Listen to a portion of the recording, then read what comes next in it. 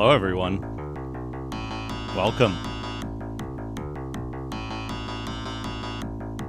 I'm gonna go to doodad time real quick because I gotta check my camera.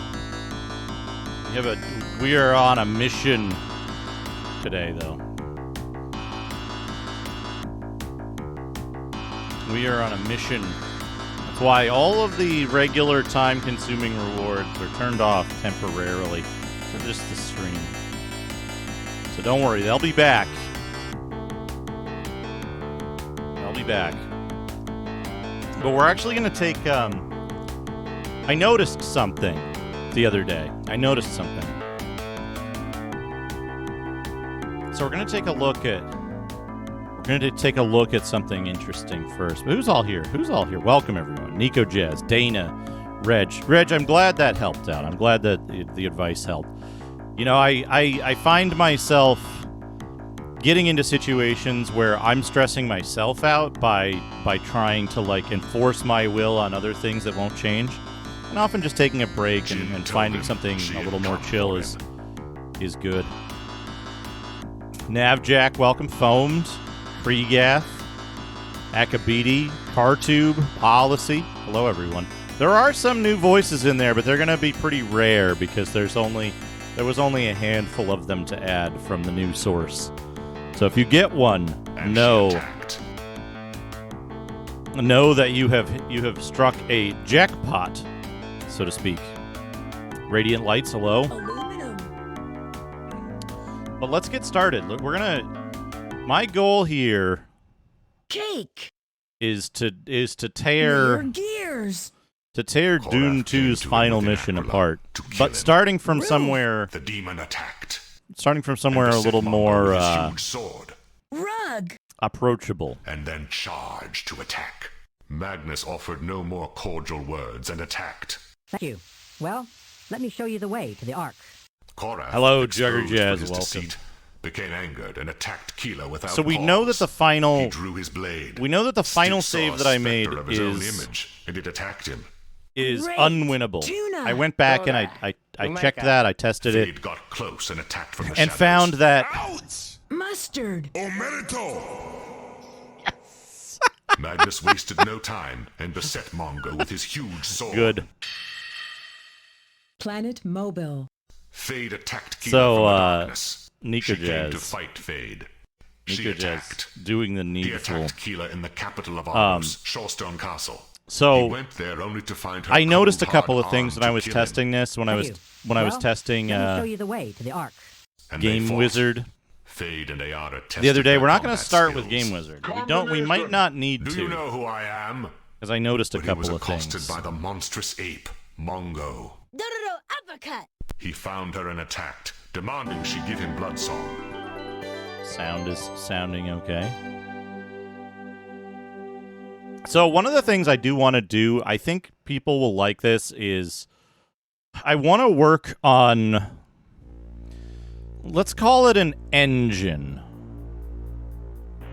An engine for voices and sound clips to produce a semi-coherent story, given a series of short phrases.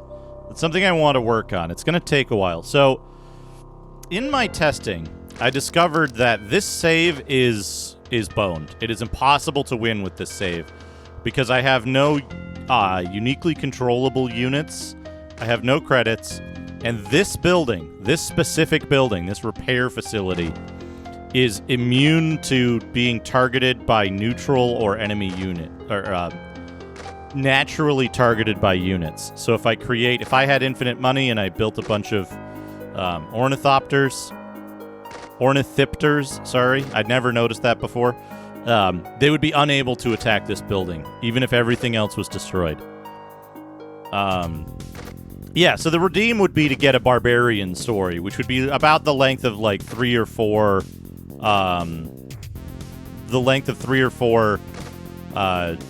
existing barbarian clips. Why did it become unattackable? So sometimes when structures are damaged or destroyed and rebuilt, they're rebuilt with incorrect flags, which makes them allied to both enemy and neutral forces. So in this case, it's a Sardaukar building, and it's now allied with the Sardaukar, or Sardaukar,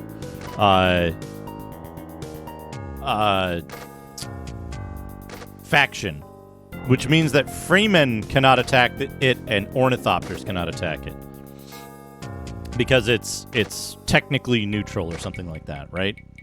In the same way that Ornithopters won't attack sandworms. The other thing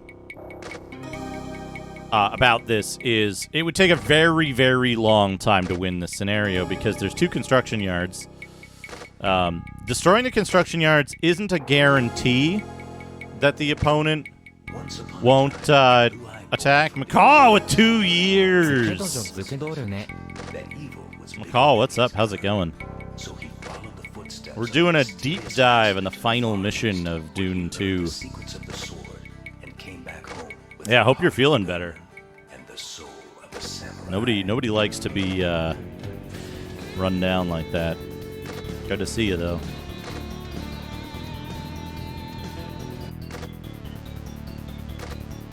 So, there's 2 construction yards. Destroying construction yards doesn't guarantee that the enemy won't rebuild stuff. They're still able to rebuild, but I noticed something about this save. The enemy isn't rebuilding, and if you continue this save from this point, they won't rebuild anything, which is interesting. So I wanted to take a look at the earlier save where there's still some vehicles left. There's still some stuff left. We could get rid of that palace and proceed, but there's still a little bit of money left too. That's good. Good to take a rest. Good to take a rest. So they'll continuously rebuild some of this stuff, but I noticed this very odd behavior when I was testing this, that it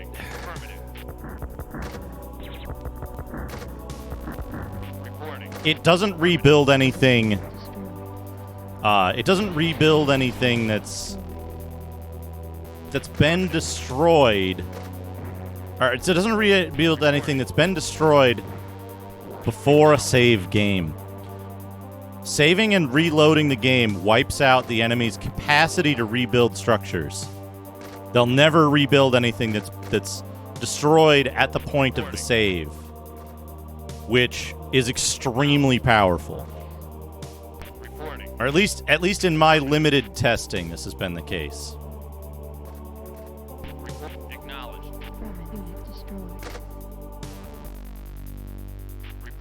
Reporting. Enemy structure destroyed. Okay, never mind. I know why. Because I forgot about this save. This save has this building queued already. So they'll continue to rebuild it. Did they blow up something? I don't know if they blew up something. But I think it may be possible.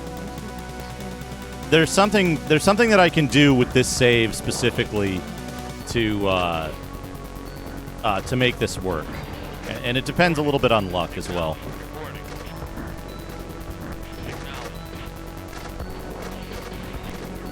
Did they blow up anything important? I don't think they did. They didn't blow up my spaceport, which is the important thing that I need.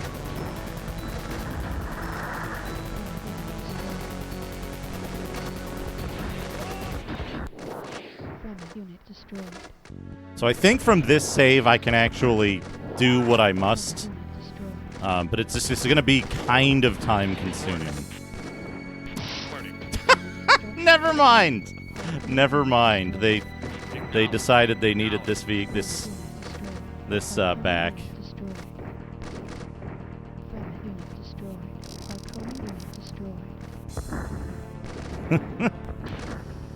What I need to check is Destroyed. there's a construction yard here, which is what needs to be destroyed. Reporting. Stop. You attack that. Reporting. Acknowledged. Friendly unit destroyed. Acknowledged. Harkonnen unit destroyed. So something gets in the way of the enemy's effectively infinite. Acknowledged. There's a couple of things that get in the way of it. Harkonnen unit approaching. Oh, good. Good. I can't wait for that. That's going to be a... Reporting. I'm going to just be like, all right, everybody. Stream's canceled. Stream's canceled for a week while I watch Macaw play this fucking degeneracy. Acknowledged. Gosh, that game. What a game. What a game it is. Pretty much.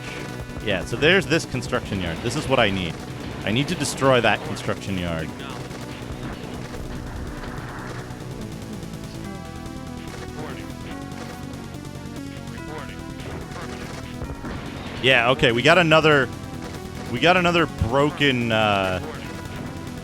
broken structure up here where my units won't automatically attack this structure. This guy wasn't attacking it. Oh, no, maybe they will. Maybe they will. It's very confusing. Okay, so we got rid of one of their construction yards. They can't rebuild construction yards. Harkonnen unit destroyed. Oh, they have two. I forgot about that. Reporting. Affirmative. They can't rebuild construction yards Reporting. directly, Unit destroyed. Friendly unit destroyed. which is helpful. Yeah, see? Affirmative. They're just like, what? Affirmative. Report. Who cares? Reporting. Who cares that there's a Friendly thing unit here? destroyed. This guy got to move out of that palace zone. Unit destroyed. Enemy structure destroyed. Acknowledged. Harkonnen unit destroyed. Yeah. Friendly unit destroyed. Warning. Missile approaching. Our base is under attack. Yeah, so they can do shit like this, right? They can just instant rebuild their palace. And so I don't know where the missile's going to hit. But that's the important thing is that, like, I just have to save scum when the missile hits. If it hits anything. Yeah, see, like, these units won't attack this palace because it's not technically an enemy structure. Oh, they build over it. They just did that earlier. They destroyed one of my tanks by building a light factory over it just here. Reporting. Report. Affirmative. So these tanks aren't interested in attacking the palace because of the way it was built. Reporting. Acknowledged.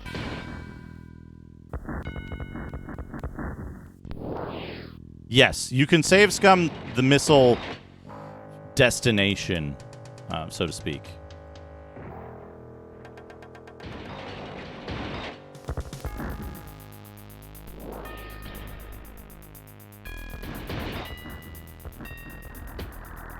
Enemy structure. They get a new missile Reporting. Acknowledged. every time they rebuild their base.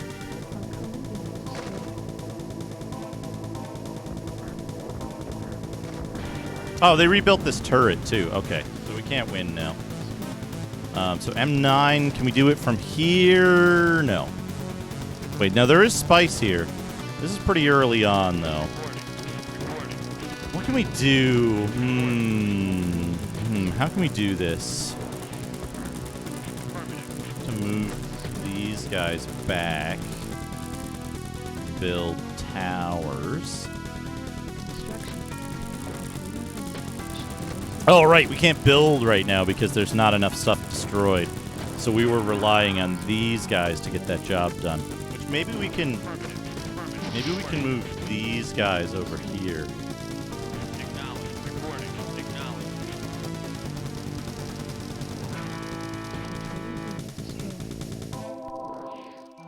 Right, this guy's gonna damage that tank, which we don't want. Reporting. And we can't. Oh, we can build. We somehow destroyed something. No, they destroyed something. What did they destroy? Warning. Missile approaching. Oh, they've got another missile. That's not good. Atreides harvester deployed. Acknowledged. Warning. Saboteur approaching. Saboteur destroyed. So 2 rocket turrets here is good enough. Destroyed. Construction complete. Radar deactivated. It's going to turn my radar off, though. That's no good. I must have blown something up. They were damaging that. That's fine. Okay, so what I need up here.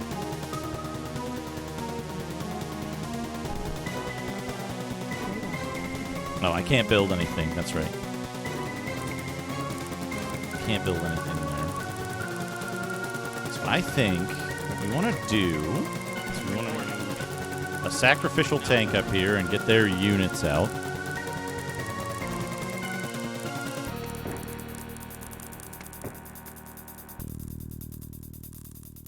And we want to... Yeah, we can't create any more of that. We can buy stuff so that we don't... They're out of stock of that. We can buy siege tanks. Siege tanks will be fine.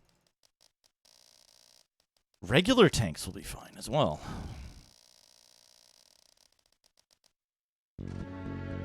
Hey, freeze-dried Glaceon. Welcome.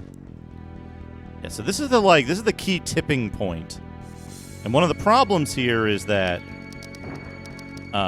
we can't build more units. Or we can't build more buildings. So we're kind of screwed on that front. Arcana unit destroyed. Affirmative. Orders unit destroyed. Affirmative.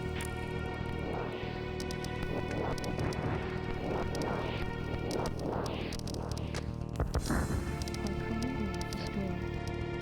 Warning. Missile approaching. Yeah, so they just get a bunch of... They missed with that one. Atreides unit deployed. They just get a bunch of missiles that they can launch indiscriminately. I need to move Reporting. some of these guys back. Affirmative. Reporting. Why do they go...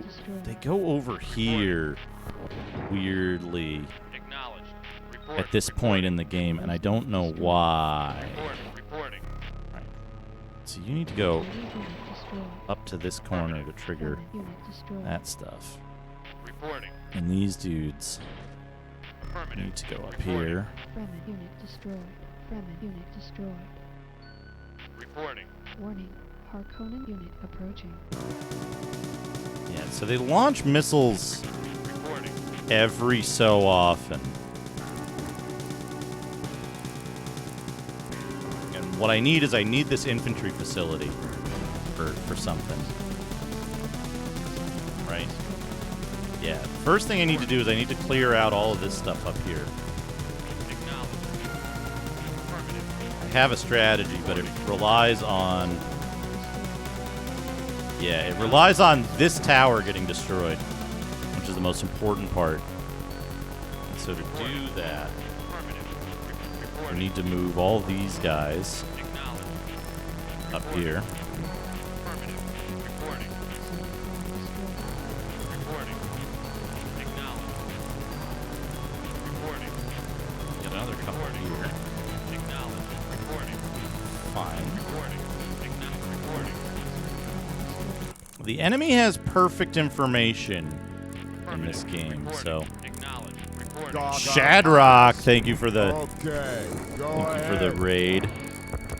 Shout out Shadrock and K, 38 months. Reporting. Holy crap! Oh shucks. Reporting. Acknowledged. Reporting. Affirmative. Affirmative. Reporting. Reporting.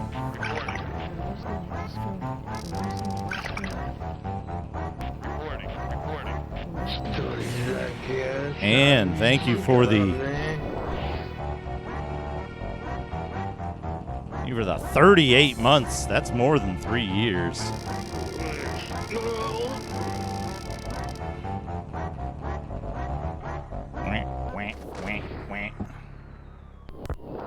Report. Good, Reporting. good. Harkonnen unit destroyed. Acknowledged. Report. Affirmative. Report. Affirmative. Reporting. It Affirmative. might be possible to do this if we just save scum the missile hits. Orders unit approaching. Reporting. And we might have to... I'm going to reposition these tanks. These sonic tanks. And a freighter coming in. We can build another one of these to help. Shadrock gifting a sub to Dune 2 Tournament Edition. We're going to get some neural nonsense, which is good.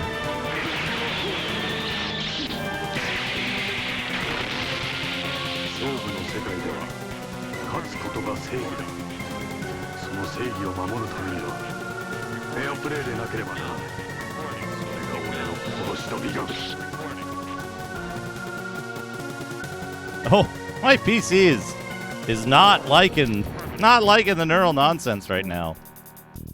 It's working extra hard. Saboteur destroyed. I don't know why. Acknowledged. I don't know why it's chugging. Who made that account name? Someone who really likes Dune 2. Good lord! That's never... Number one, it's never taken this long. Number two, it's never made my computer behave like this.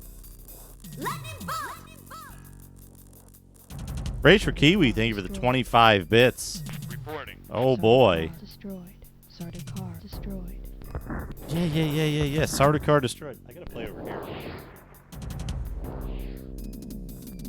Reporting. Acknowledged. Reporting. Sardaukar destroyed. Acknowledged.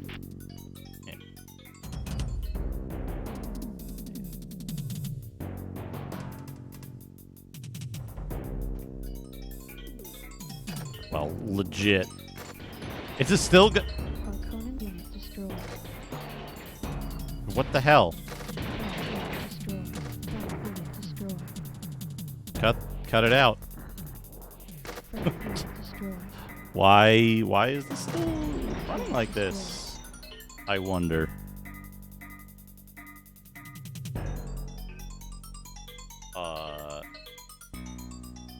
OBS. OBS is doing it, I guess. Ordos unit destroyed. Is it back to normal? Terminate batch up. Yes. Rerun that. Harkonnen unit destroyed.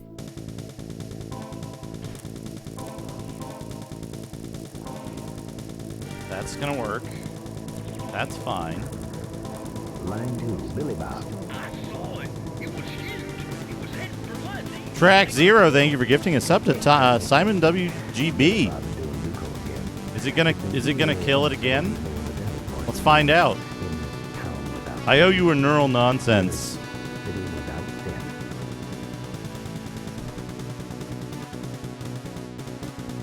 Yeah, it's fucking up. What's fucking it up?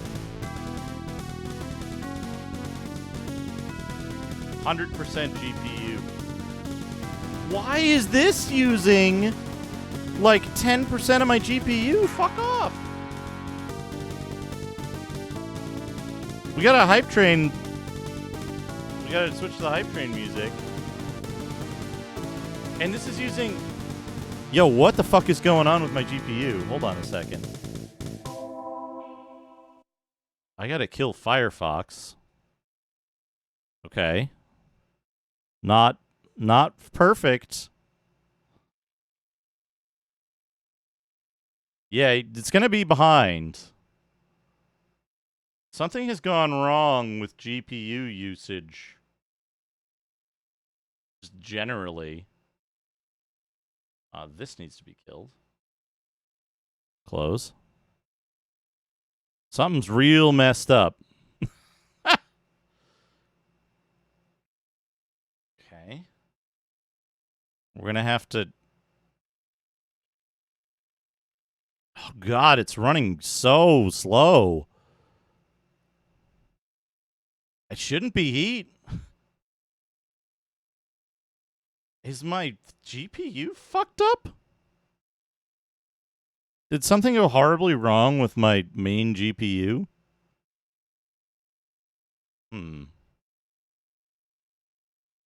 Did Windows Update fuck up my whole computer? That's likely. That's likely. Okay. We're gonna break out of this.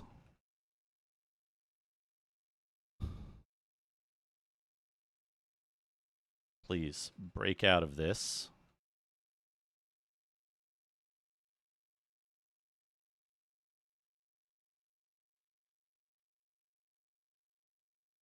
Like, OBS is using 30% GPU. OBS is using 30% GPU. Like, how fucked is that? Okay. OBS is still using 40% GPU.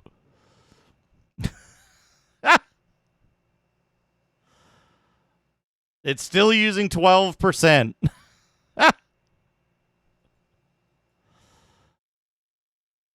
What the fuck? Windows, what did you do to my fucking system?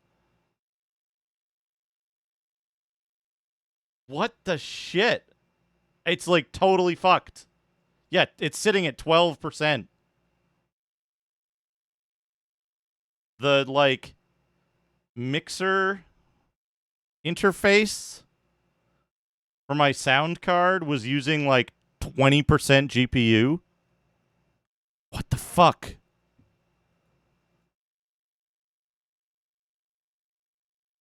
No, I know. It's a 1080 Ti. fucking OBS compose using 12%. 12.5%. No, I know. I know exactly why. It's because of the gift sub. I know exactly what's going on. I don't know why. I like can't manage any of this. We can have this though. Here's some good tech support music.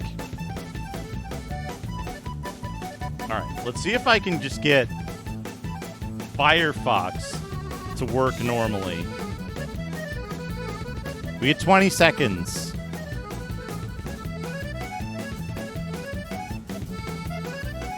I can't reinstall drivers that quick. I would have to redo CUDA and CUDNN, which is not an option. Did Windows install an update without my permission? Recently?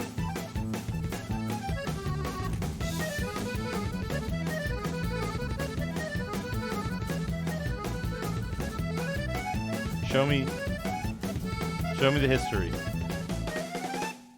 View update history. I mean, it wasn't doing this yesterday, so...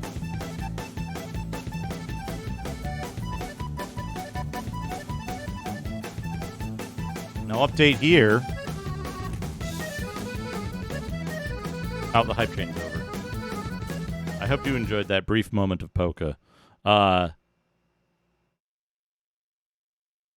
What the fuck? Firefox is using 10% GPU now.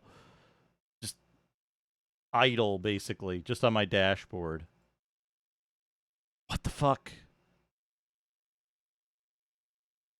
All right, let's try this again. I don't know. I've seen British computing. The C64 was a mistake. Let's try this. Oh, that won't work. Because we have the bag turned off. Let's turn the bag back on. And the bag is using just a couple percent, not 40% now. Okay. Let's try this. Okay, that's connected to the BagNet. Now we need to go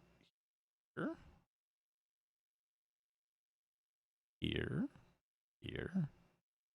Edit the activity log. Repaste the 2 gift subs.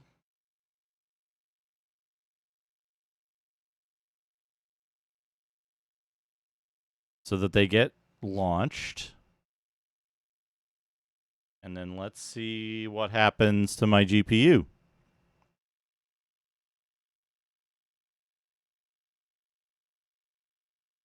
Yeah, okay. It spiked a little bit while loading the drivers. It's running the thing. Everything else spikes up in GPU usage immediately. Everything else goes up in GPU usage and does not fucking come down. What the fuck?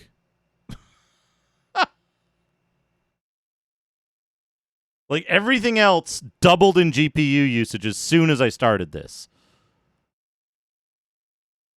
Like, did part of my GPU burn out overnight last night? It was literally working perfectly fine yesterday.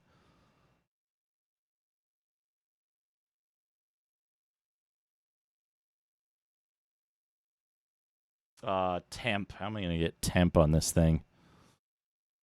Do I have GPU Z ought to do it if I have that somewhere? The whole system is bogged down. Z. GPU Z isn't portable, is it? Maybe it is.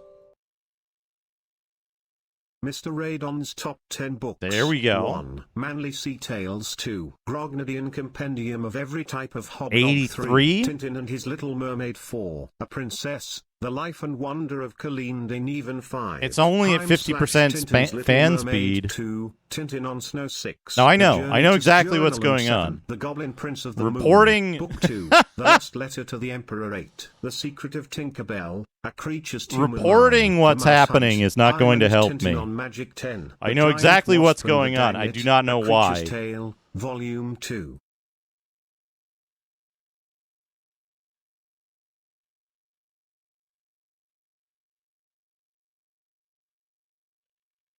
Yeah, it's running at like 50% fan speed.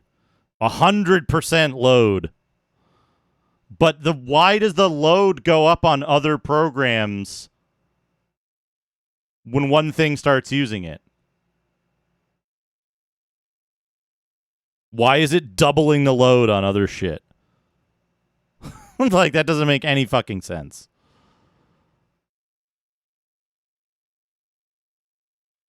Yeah, 83 is fine. It's not running it. It's not even running at full fan speed, right? If it was a temperature issue, the fan would be ramping up because the thermal sensor would be pushing the fan first and then clocking it down, right? So who fucking knows? I can't afford to replace my GPU if it's dying. And it's also like it's running all this shit really fucking slow. Like it's running really fucking slow. So either the GPU is about to die for good, like completely, because it's like the chip is fucked. Most used spells in the spellbook. Or Sticks to Snakes, Fireball. Who fucking knows Person, what? Goodberry, Slow, More Magic Items, Spring Equinox, Vocalize. Well, it doesn't make any Vitality sense, Wand, right? Animal Shape. Firefox Summon is back small down to animals, 4%. True Seeing. As soon as something else takes GPU time, it shoots up to 25%, 30%. It is of use to someone. The stats section contains all the creature Who types fucking in the knows? game. Windows See the Update doesn't say there's any SCLDC column updates. that shows the SCC of the monsters for the current time. The spells section contains all the spells you get. Use the hash of casts column to find what spells you can learn. What is not listed is the frequency of what is available. The base DC for most spells is 16 for spells that take the body as a target or only one target. Shouldn't See be. also summon monster for how to communicate with monsters. If a creature has multiple hit dice, it rolls a single standard action twice to hit and to see where it hits. Because the attack Firefox is the half lowest attack resource roll, consuming and then web you browser. I need to- did extensive testing on this a Affirmative. few months ago. Affirmative. Affirmative. Yo, did that guy just shoot a missile at, like, something 100 miles away? Affirmative. Affirmative. Harkonnen unit destroyed. No, I mean, like, everything looks normal now. If I trigger the neural network generation stuff, which hasn't changed, Acknowledge. Affirmative. I've been very, very careful not to change that stuff. Affirmative. Report. Then Reporting. the whole thing, like everything else that's asking for GPU, is asking for like Reporting. 5 to 10 times as much. Reporting. 15. I think it was saying 1,500. So is the GPU moving down in? Reporting. Acknowledge. Is it clocking down without maxing out the fan speed? Reporting. Like without even going to 50% fan speed? Reporting. Because that's fucked up too. Atreides harvester deployed.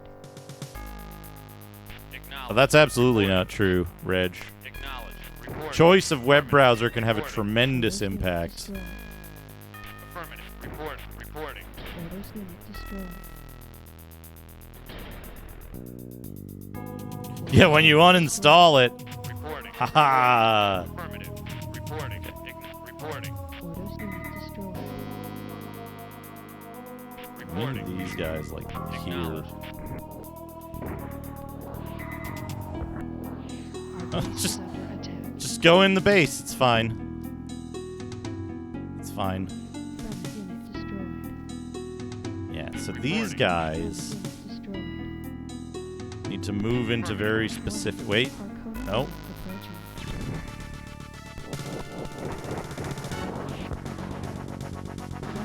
Missile approaching. Oh, did they missile? What did they missile?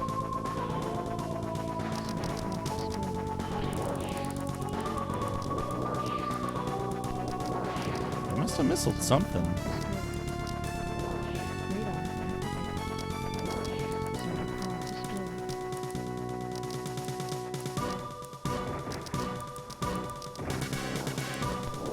Okay. Reporting.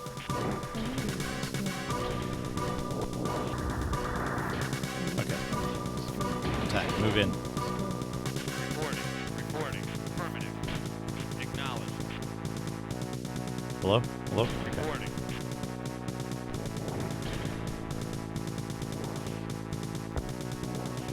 Hello. Please move in. Did you just? Excuse me. Affirmative. Excuse me, missile tank. Did you just point blank my dude? Oh no, the other missile. Reporting. Reporting. Yeah, the other missile turret did, which is fine. Reporting. Report. Affirmative. Move one closer.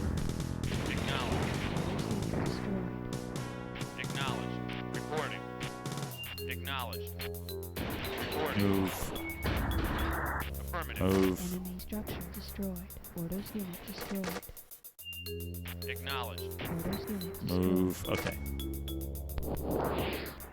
Harkonnen unit destroyed. So now we need to build this. Harkonnen unit destroyed.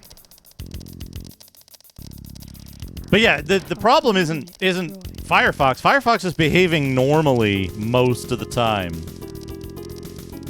Right? Missile approaching. The issue here is that Construction complete. the issue here is that okay, we can't make more. Atreides unit destroyed. Build one of these. That'll use up some of the waste money. We need more of these. Reporting. Oh, attack. Warning. Attack. Harkonnen unit They've rebuilt it already. Reporting. Acknowledged. Reporting. Acknowledged. Reporting. They've rebuilt it already. They're destroying multiple units Reporting. with the single hit rockets from the tower. Construction. Okay, never mind. Never mind. We're gonna take this. We're gonna quit. My patience is gone. I'm not running Windows 11. I'm running Windows 10. I have TPM turned off because fuck that shit. P2? Where'd I put it?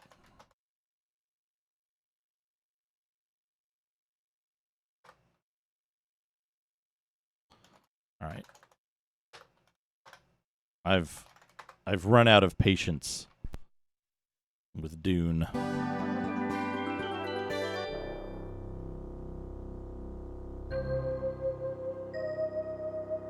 What do we? 860. 793.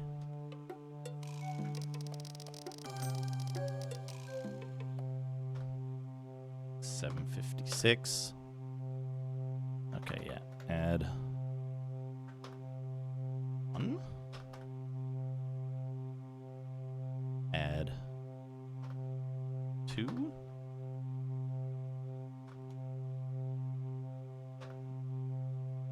Three. Save. Dune 2.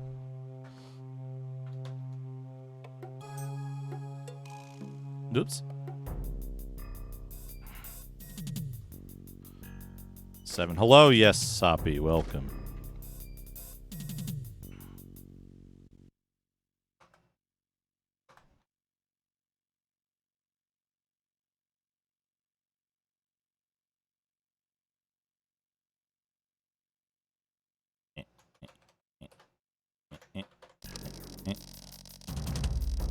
Okay.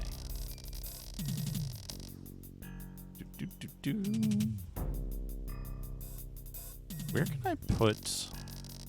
I guess I can put them here.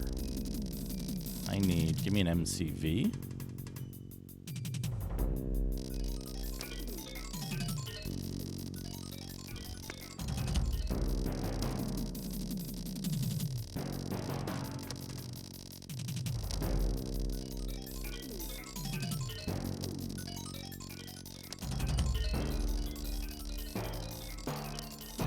Construction complete. All right.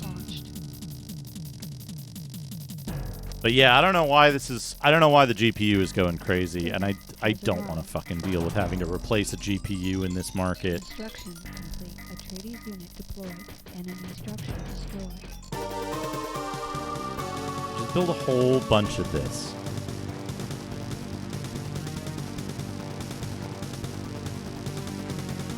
Construction complete. You Launched. here? Construction. TPM allows Windows to behave more like Linux by preventing you from accessing your stuff if you have a catastrophic hardware failure.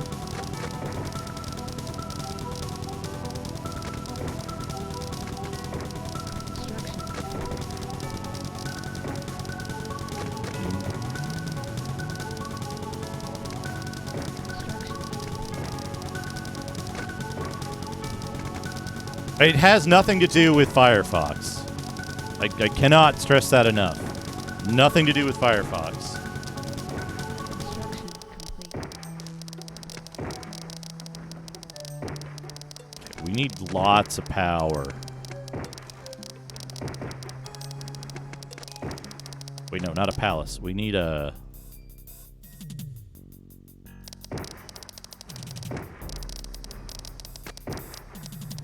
Yeah, we need this.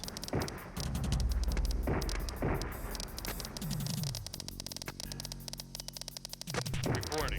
Friendly unit destroyed. Acknowledged. Reporting.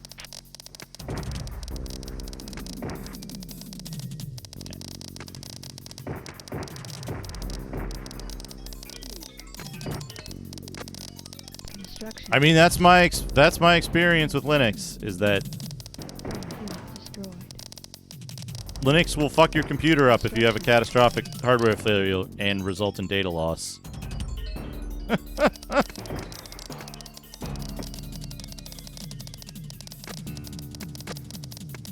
I did some testing though. Back when around March, middle of March, when I was doing some modern game streaming. I don't know why, like, OBS, like, something got fucked up last night because all of my, like, Construction complete. all of my monitor audio sources were turned back on Unit destroyed. for some reason.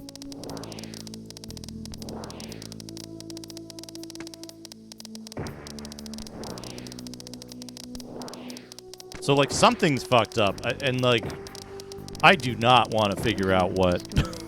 I am not. Destroyed. I am not up for that. Construction complete. Ordos unit destroyed. Ordos unit destroyed. Ordos unit destroyed. But, like, all of my shit was on one monitor, and all of the audio sources were turned back on.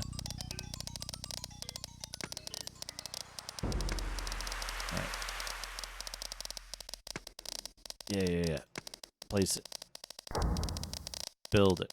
Repair it. Construction Place it. complete. Warning. Ordos unit approaching. Build it.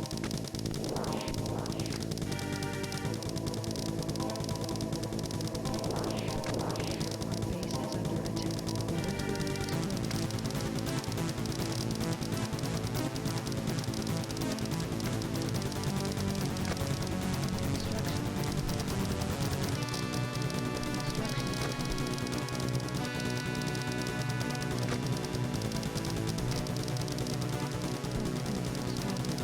Ordos unit destroyed. Now.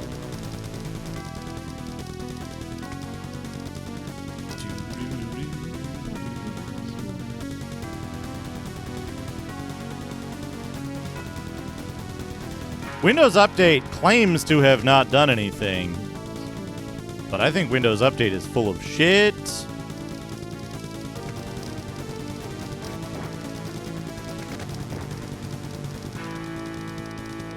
Oh, I want the turrets there. The turrets are there for a reason. This is the reason. Friendly unit destroyed. Friendly unit destroyed.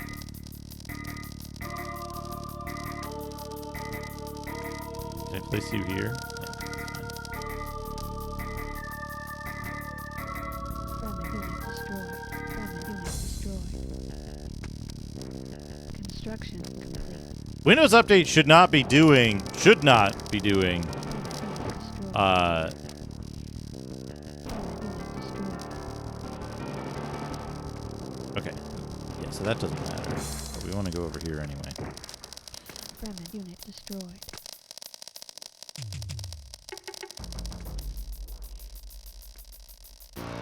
You know, I hate that Friendly unit destroyed. Richard Stallman sometimes has decent takes, Friendly unit destroyed. because, man, he is a piece of shit in many other ways. Construction complete.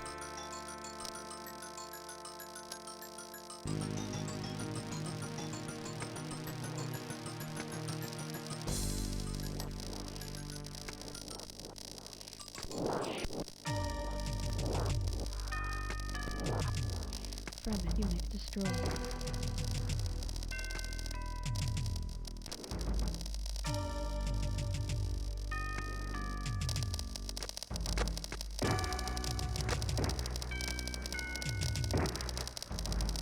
Friendly unit destroyed. Friendly unit destroyed. Construction complete. So Windows Friendly Windows unit Update destroyed. shouldn't be doing anything Friendly with unit destroyed.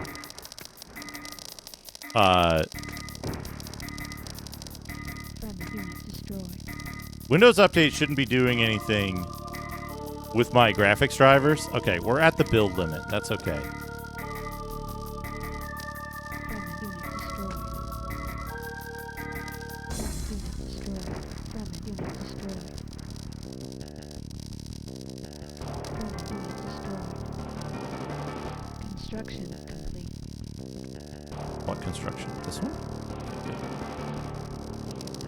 That's fine. That's a fine place to put a palace.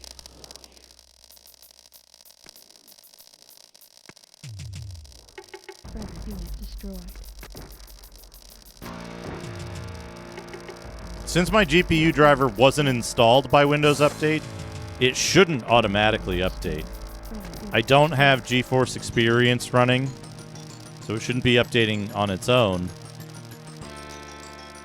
Oh man. I've gone years without updating my last time I updated them was in March, Friendly unit destroyed. but I generally go years without updating them. Friendly unit destroyed.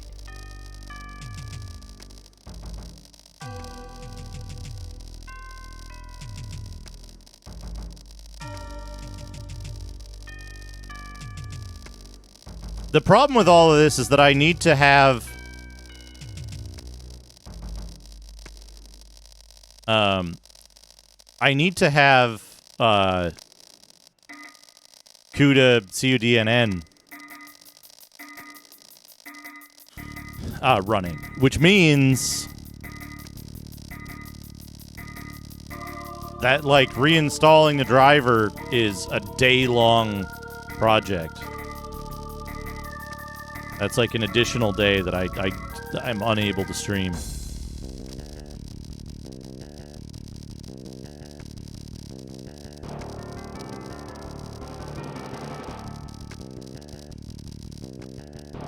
I mean, not being able to interact with your AMD drivers is probably an improvement, given my experience with their drivers.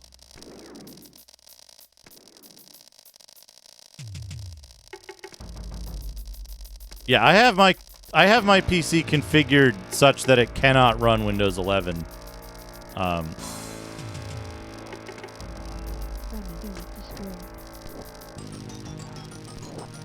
have it configured explicitly not to allow it. I unfortunately have to run Linux on some of my hardware to get access to features that I want.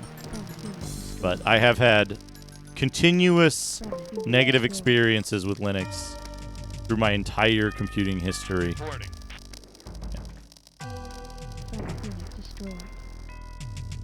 Power is like at the edge. Atreides harvester deployed. Regular or Jiffy DOS?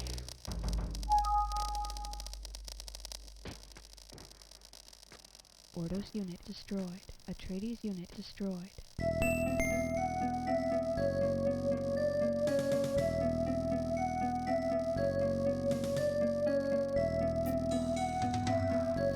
The thing is that I don't need to play games.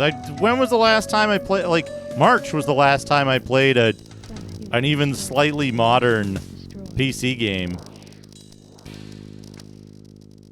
All right, let's just build a lot of these.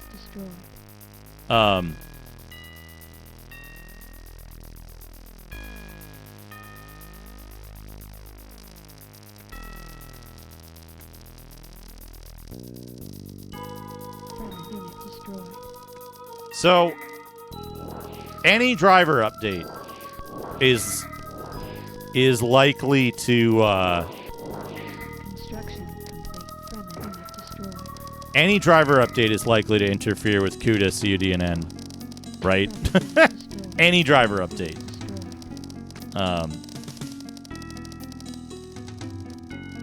Like mismatching a version of a driver, CUDA or CUDNN thing will cause it to break. Doing nothing to your drivers will cause CUDNN to break, in my experience. Okay, so I want to double check that this will happen. So we're messing with the game right now.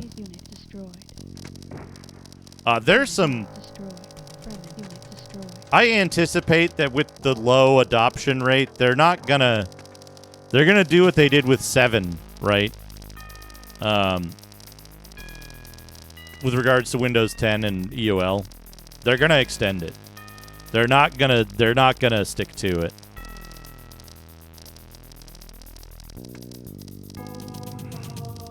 The problem is it's not related to gaming, right?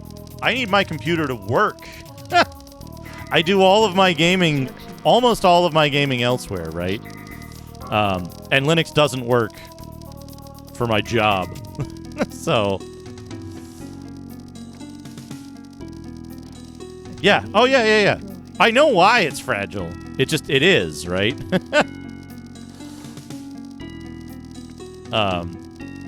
But there's like explicit versioning requirements for specific applications, and doing stuff outside of the driver itself can break the driver. It's absurd.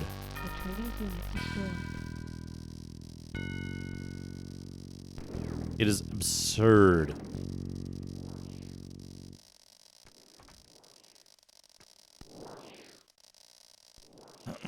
I'm so sorry to hear that, Trek Zero.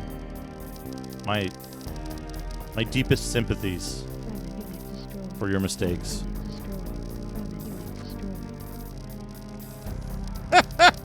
Friendly unit destroyed. Friendly unit destroyed. I want to send Friendly unit destroyed. some dummy in here to blow up this so I can have one more palace in this spot. I guess I could build one of these. Just build a little trike. Friendly unit destroyed.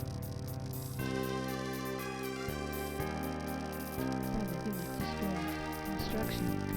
Atreides unit destroyed. Affirmative. There is no Linux that does what I need it to do. Destroyed. Friendly unit destroyed. Friendly unit destroyed. I mean, here's the thing, right? Is under attack. A properly run and configured Windows server can be extremely stable and well administered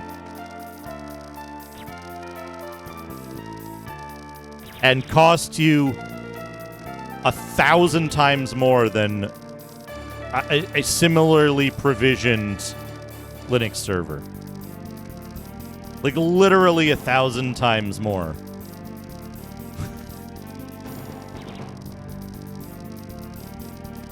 It's not that Windows can't. Windows is expensive, you know? Friendly unit destroyed. That's gonna blow up at any moment. Friendly unit destroyed.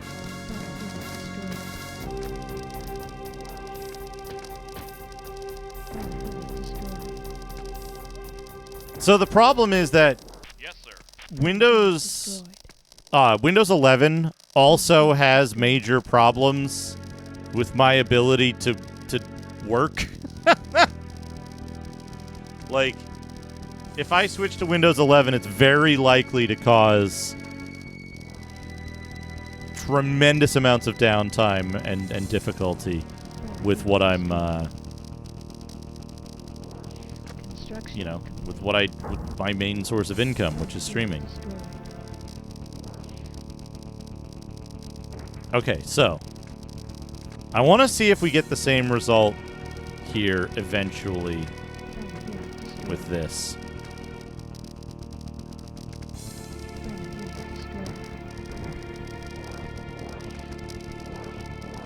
destroyed. Just attack the harvester. That's a good. Friendly good unit job. destroyed. I also want to see if we get. Friendly We unit got the destroyed. really lucky spawn one of these times, but I want to see if we can get it again. Friendly which unit is- destroyed. oh. Friendly unit destroyed. Am I using developer tools in Windows? Enemy structure destroyed. I don't know the answer to that. I don't know the context of that well enough to answer accurately. Yes, I use Visual Studio, which is a tool for developers, but there's also like much narrower definitions of developer tools Construction that might refer to specific. Yeah.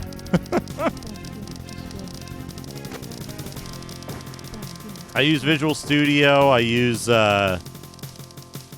Visual Studio. I use CUDA, CUDNN libraries.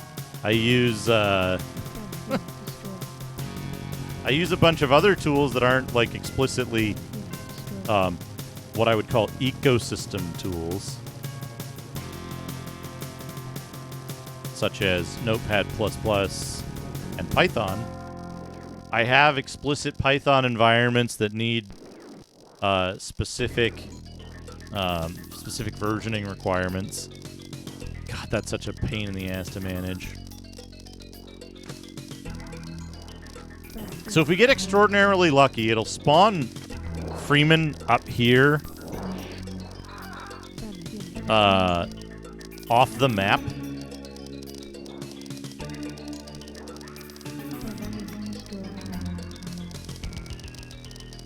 You know, I tried to get into Sublime, but I couldn't do it. I didn't like the I didn't like the way they handle like shortcuts and interface design. I couldn't get used to it.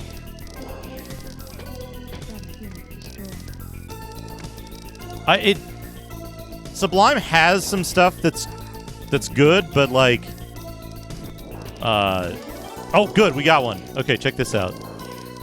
Oh no, that's my ornithopter doing it.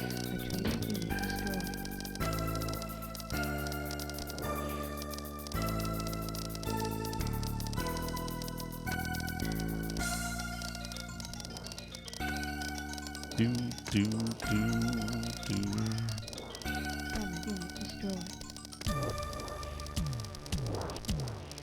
Do. I'm gonna guess in about 10 minutes I'm gonna get a an angry unban request saying, "You fucking Biden voter, blah blah blah blah blah." Fucking morons. It happens like almost on a monthly basis. I could probably make a calendar off of it.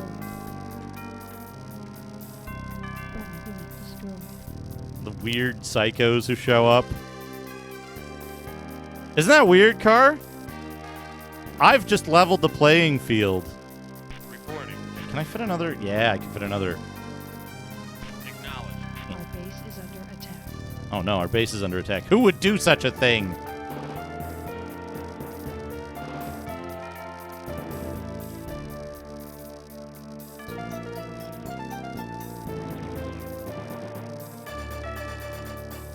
Yeah. You know what I do? Is when I get unban requests like that, I report the person Acknowledged. so that, the Duke Donuts bingo card. What I do is I report the person for harassment because using the unban requests as a form of follow-up messages when you've been banned from a channel is explicitly called out in the harassment guidelines. And then I get an email like a day later that says, "We've taken action on your request. We've taken action on your report." It's like, oh well. Construction complete. Oh jeez, neural fault. That was the worst. Like right at like spring of 2021 was just the worst. Construction destroyed. It was so weird too. Yeah, Bevork, I actually have. I was like, I've gotten requests from people who are like, "Hey, I'm really sorry. I didn't realize that was against etiquette. I'll be good in future." And you know what? Like, hey. I was like, hey, you know what? Like, you know what, Baxter Crook?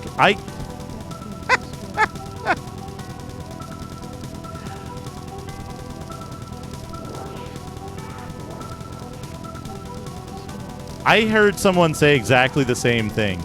Like, don't put your cell phone in your shirt pocket because it'll mess with your heart. And it's like, no? Incorrect? Like,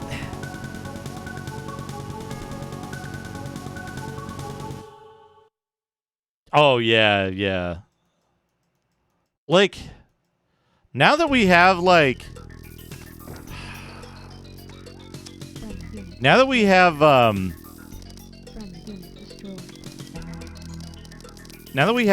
like band sharing thing, I'm tempted to. I'm of two minds of this, right? I'd like to stream on the LGBTQIA plus tag just to lure those individuals out, so that I can ban them and then share that ban list with other people without them being exposed to the horrible shitheads. You know, like, I can deal with it. It's fine. It doesn't... Banning an idiot doesn't shake me, right? Oh, they're attacking us. Look how many dudes they got, despite there being no spice.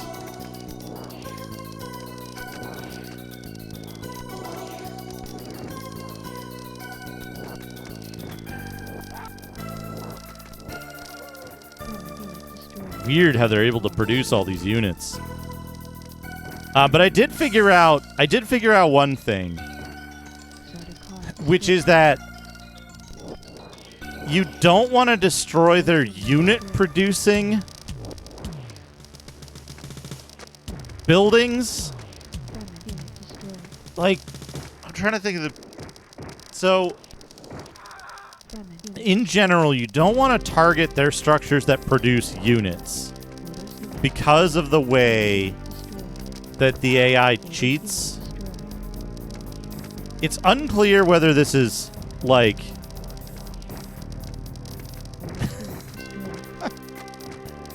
5G is great. I wish I had fucking 5G out here. I got, like, 2G. 1.5G. I'm in the woods. It's edge. So I want to test this theory that they have an untargetable structure. But to do it, I need more palaces.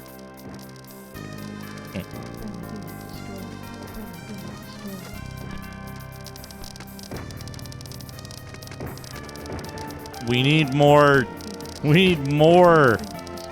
Fremen. Probably need a tower. Oh, we got another palace. Where can I put that? Down here? Yeah.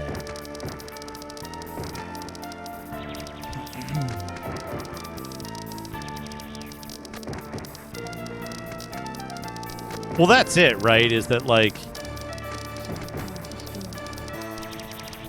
It would make more sense if they did this stuff on other... If they didn't do this stuff on other missions.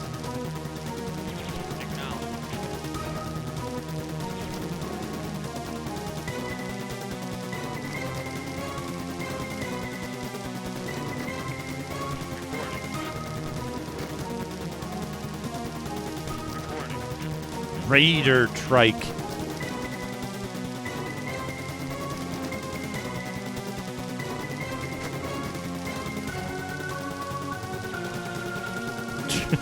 Truthicity.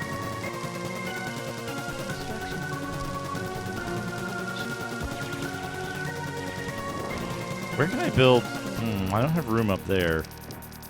I need to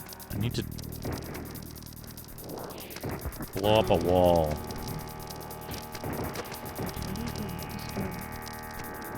Blow up a wall to get that done. Yeah. Go up there. You need to blow up that wall. Oh no, he's gonna get destroyed. Go over there.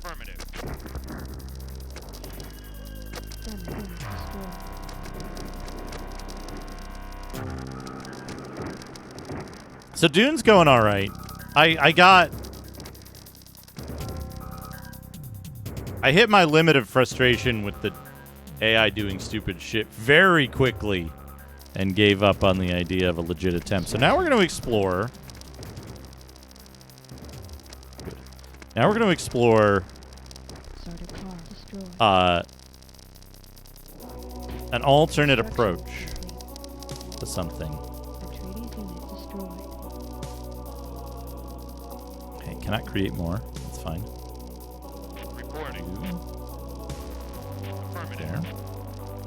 Oh, the AI cheats like crazy. The question is, what do you do about it, right?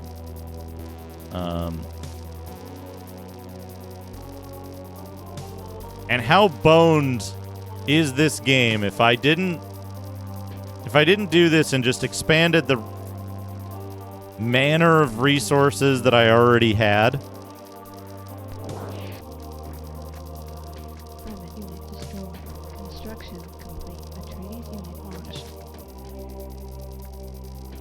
What I need to do is I need this guy to attack that wall.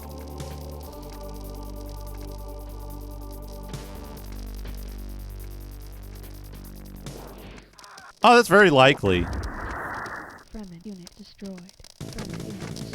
I blow up? Okay, I got one of their construction yards.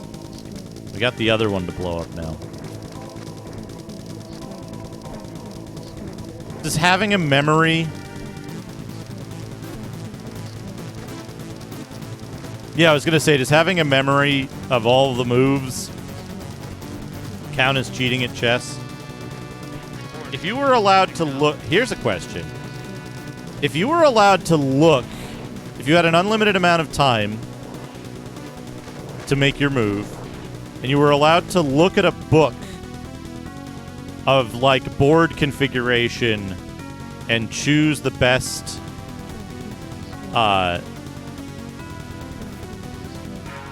choose the best move based on what your chess book says, would that be cheating at chess?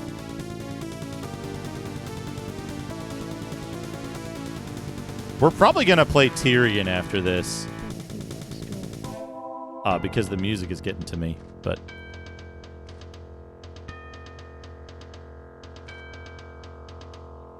that's what I'm saying. Is if you had a book of all the best moves to make in any particular situation, and you could look at it during your chess match, would that be considered cheating, right?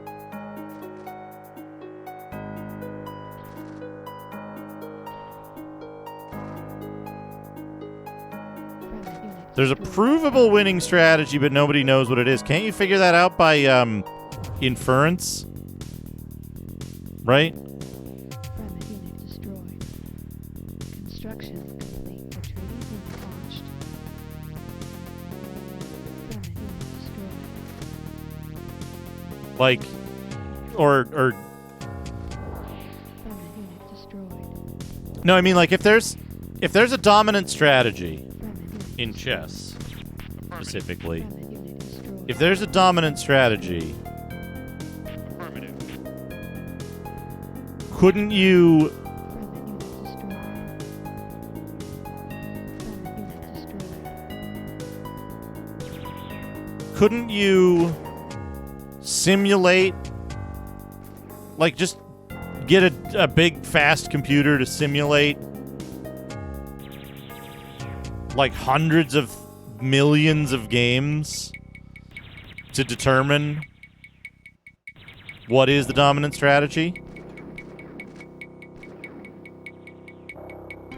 Right, because if it's a dominant strategy, then it always wins against any Sardaukar destroyed. oh geez, you need it. Mahjong is impossible to remember all the, like, hands and the rules and when you can reach and when you can Fragment unit do whatever. destroyed. Sardaukar destroyed. Fragment unit destroyed. Hello, Retrograde Tom. Retrograde Tom was playing a very good game earlier today. Let me shout out Tom. Tom was playing Quest for Glory 2, Trial by Fire. It's the very silly fighter solution of the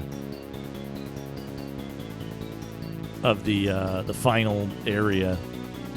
Okay, so what we're doing here, I'm pretty certain that Acknowledged. I'm fairly certain that Construction complete. I'm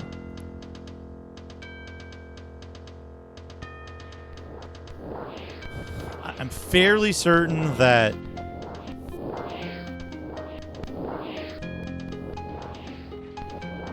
Atreides unit destroyed. oh, we landed on it too.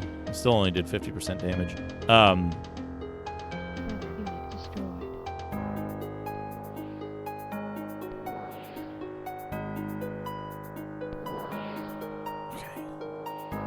I'm pretty certain that this, with the current resources outside of this particular trike that I built, that using only non-directly controlled units, this scenario is unwinnable. I'm pretty certain, and I want to test that.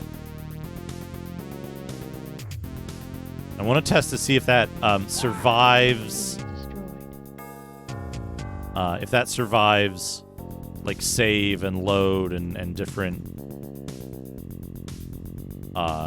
game states. Construction complete. Fragment unit destroyed. Fragment unit destroyed. Yeah, look at where it spawns them all over the place. These Fremen. Yeah, this is good. We gotta hope they get spawned in the correct spot and like target the correct buildings. While this guy's distracted. Okay, we got it. We got their construction yard.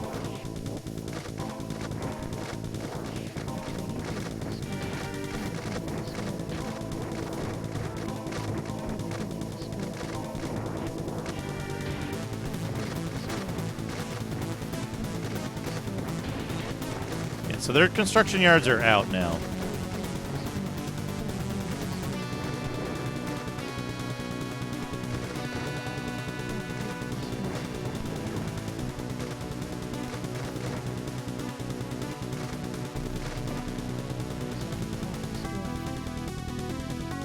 Well, no. I was going to say Navjack. With a dominant strategy, there is no more or less dominant. There either is a dominant strategy or there is not, right?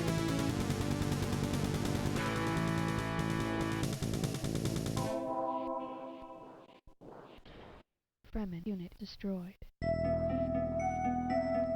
Oh, that's. I mean, hey, if you got money out of the .com bubble, good for you.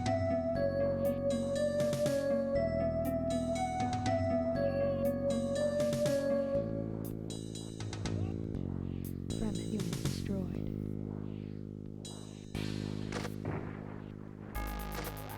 Fremen unit destroyed. Fremen unit destroyed. Fremen unit destroyed.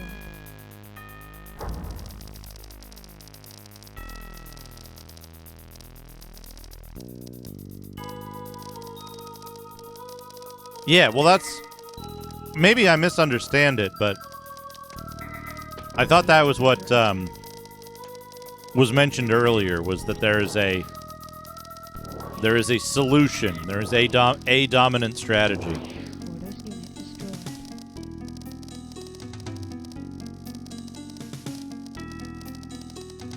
Some set of moves that determines that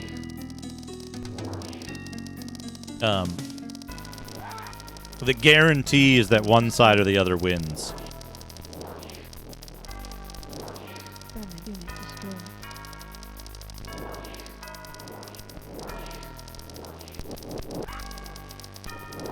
Sardaukar destroyed. Sardaukar destroyed.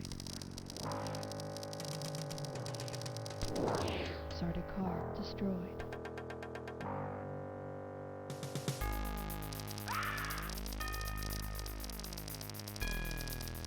Fremen unit destroyed.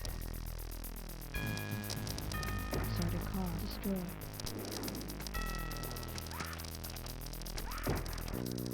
Fremen unit destroyed.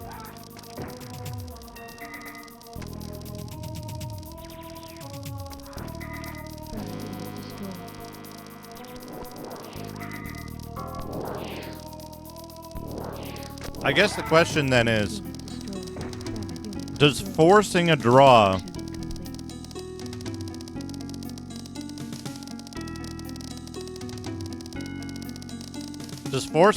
complete. take precedence over that, right? Fremen unit destroyed. I would say that Car destroyed. given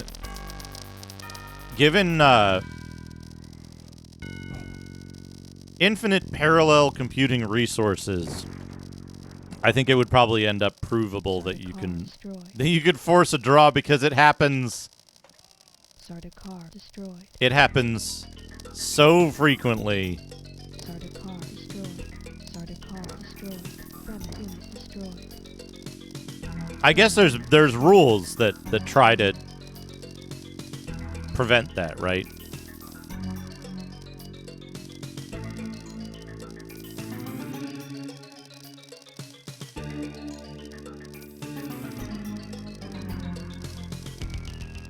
You know what's interesting?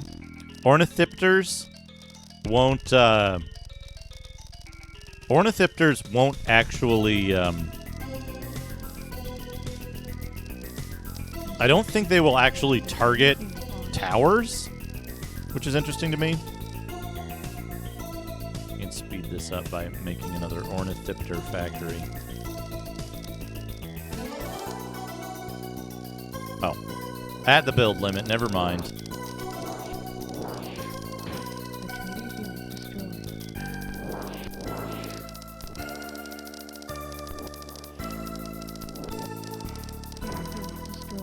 Well, aren't there rules like if you make the same move multiple times, you lose or something like that? Am I making this up? Atreides unit destroyed. Friendly unit destroyed.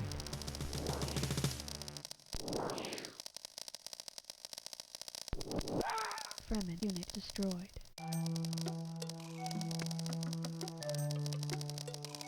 Friendly unit destroyed.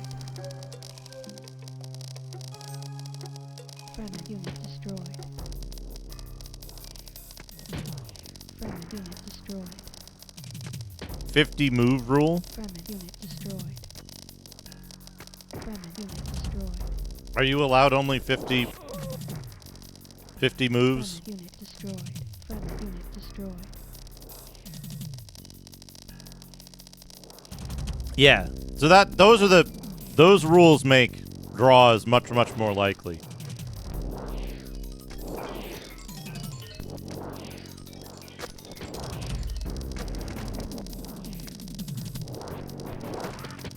Friendly unit destroyed. If there's only one of those three options, then either side being able to force a draw is very much the most likely option. Friendly unit destroyed.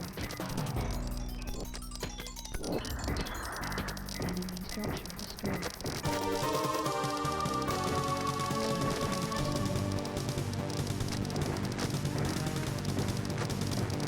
Yeah, so basically what I'm doing here, it might seem like I have a really weird, inefficient strategy. I'm attempting to prove a specific case, which is that using only automatically controlled units, this map is impossible to beat.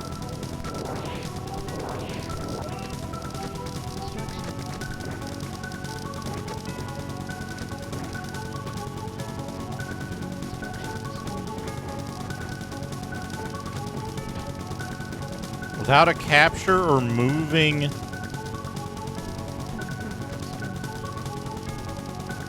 Without a capture or moving a pawn. Reporting. Friendly unit destroyed. Interesting.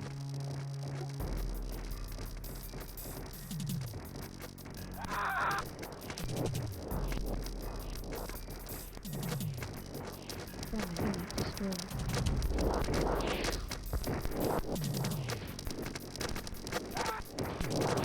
Friendly unit destroyed. Friendly unit destroyed. Orders unit destroyed. They love repairing this factory. Friendly unit destroyed. Friendly unit destroyed. Friendly unit destroyed. Can I get some more free men? Friendly unit destroyed. Friendly unit destroyed.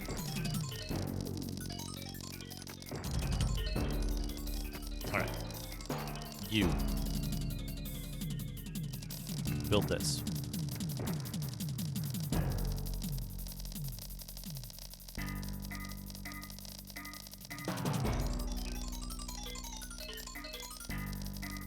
My strategy in Go was to make incomprehensible moves such that my opponents would become frustrated that I wasn't taking the game seriously Affirmative. Construction complete. and Destroyed. surrender.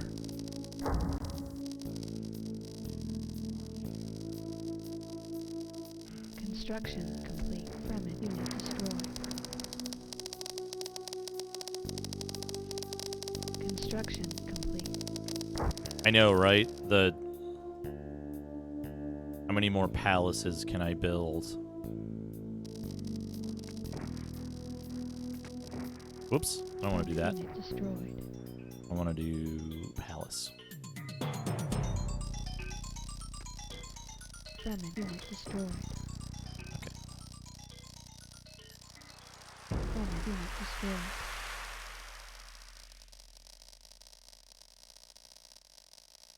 I should probably just, like, wait a while and, like, let all the palaces go at the same time. Unit destroyed. I don't have to worry about, like, continuously checking them. Construction complete. Construction. Honk. Ordos unit destroyed. Ordos unit destroyed.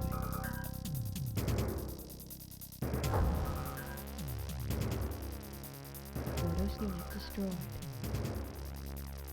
Okay. Ordos unit destroyed.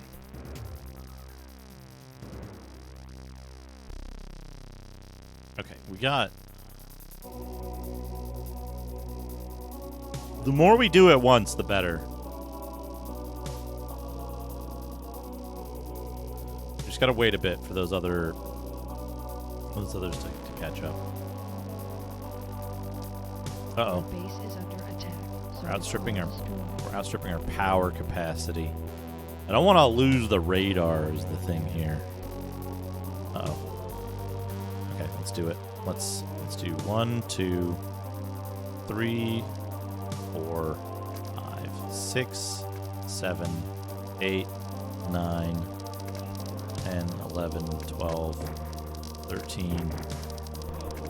Okay, here we go. There we go! Ah!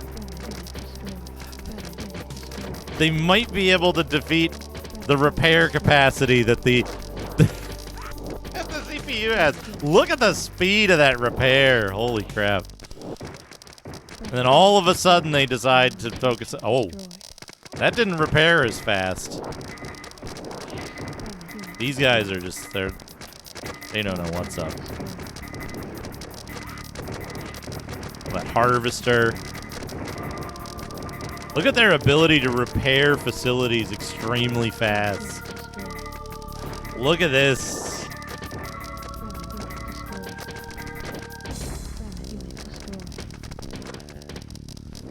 So there's some weird stuff with target selection for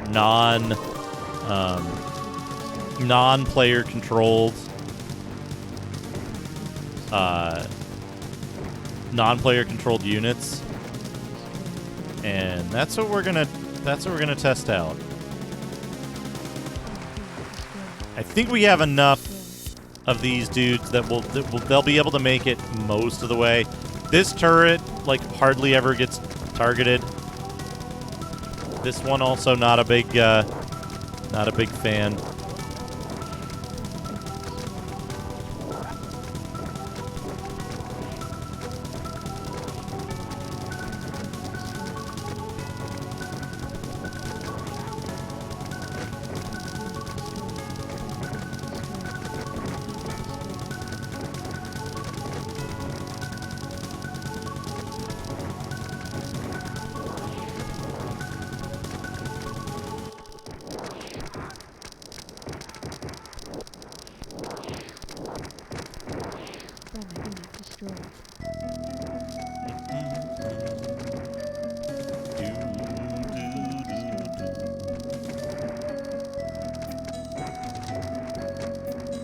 Okay, they're no longer repairing.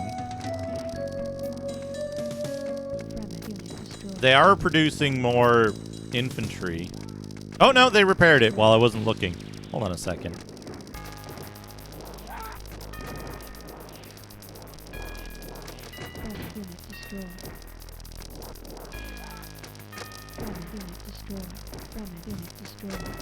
Look at the repair.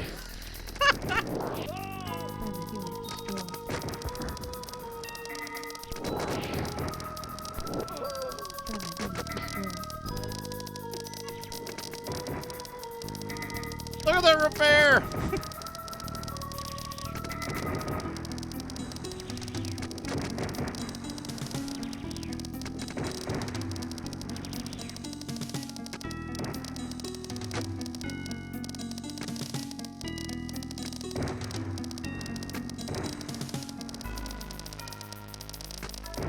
Wild.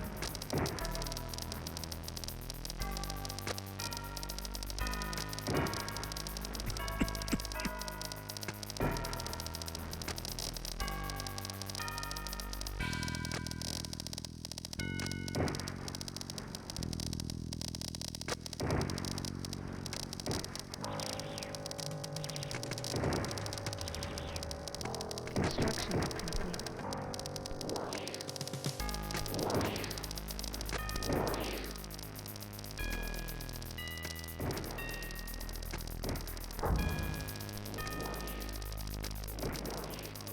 Starter car destroyed. Starter car destroyed. Starter car destroyed.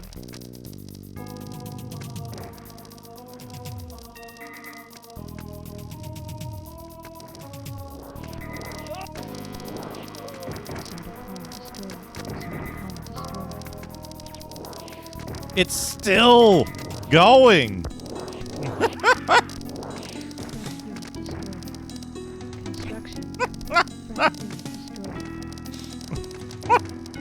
That one silo.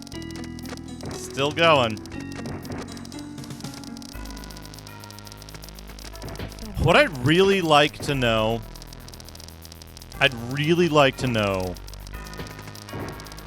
if there's a memory address where the game stores the...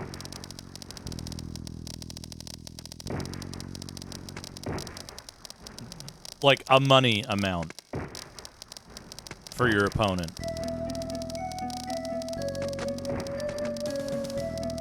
Oh, yeah.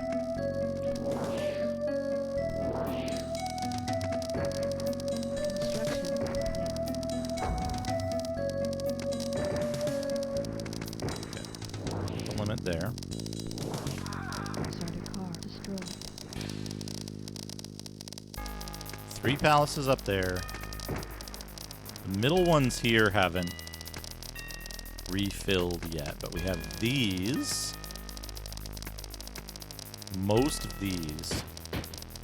Enemy They got structure it! destroyed. Hooray! Build another palace. No, I want to know if there's like... When I was playing this before, some people made the claim that...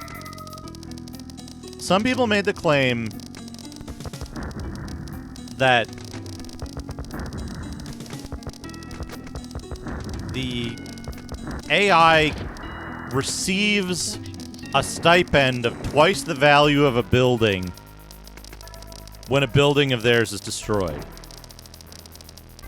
Construction complete. thus giving them effectively infinite money, but in such a way that it could be like accounted for and managed by a player. Friendly unit destroyed. Friendly unit destroyed. Does that make sense?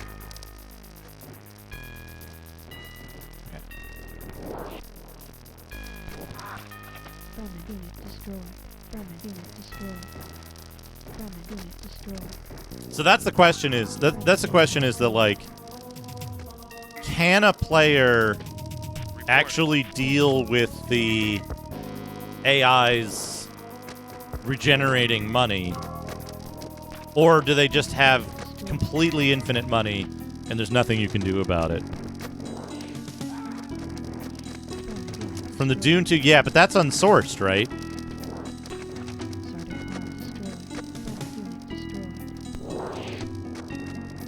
Yeah, do they have effectively infinite money, or do they not actually use money? Is the money for the CPU player tracked? And if so, at what memory address, right? And then the follow-up question to that is, if the AI is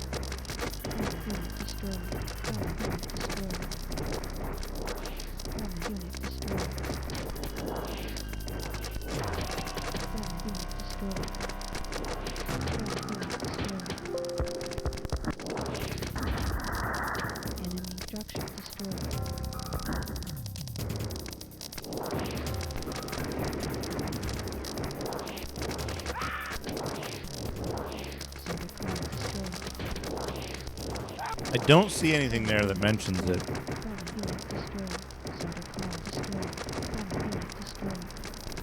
But that site does not address some of the major discrepancies between 1.0 and 107. 107 appears to have been the standard release version. I don't know where 1.0 came from. Okay, so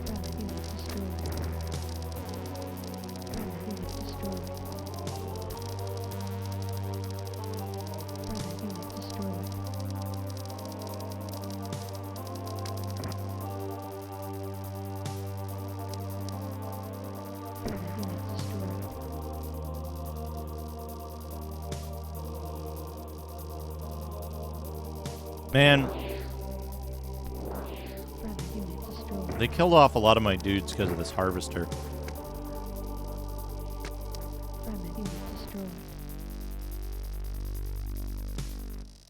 Can I? No. 'Cause it would be interesting to me to line up this mission, and instead of, if there is such a thing as the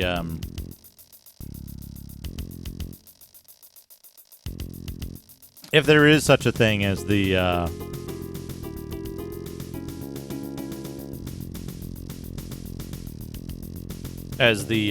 double money thing happening, if that's a real mechanic that exists in the game and the CPU player has a money number, what I want to know is, can I get the CPU to actually behave on the principle of actually limited resources the way the player has to behave?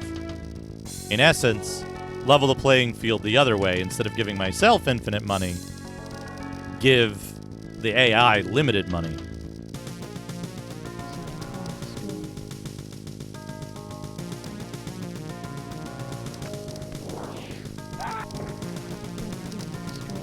That's why I'm interested in learning whether that exists or not.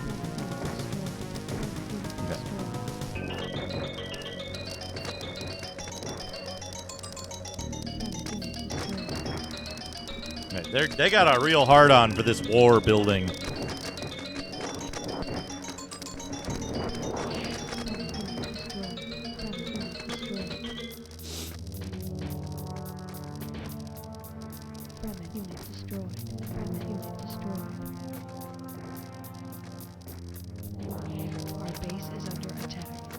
Base is under attack.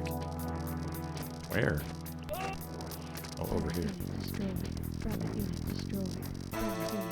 Alright, they got the war facility. Now they're going to focus on some of these turrets, I guess. That's good.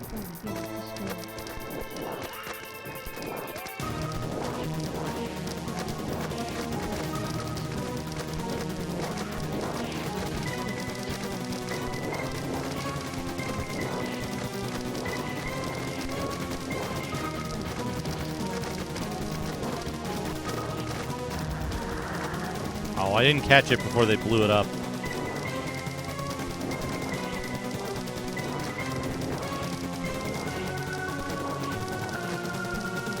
There's a lot going on here. I think they hate this tower now.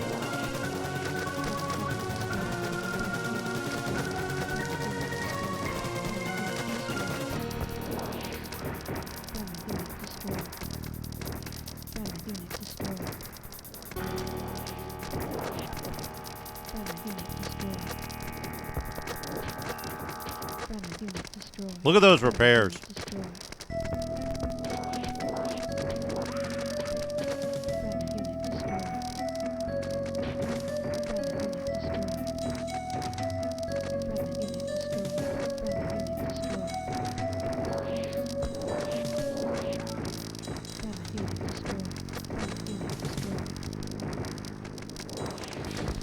Look how fast they can repair that tower.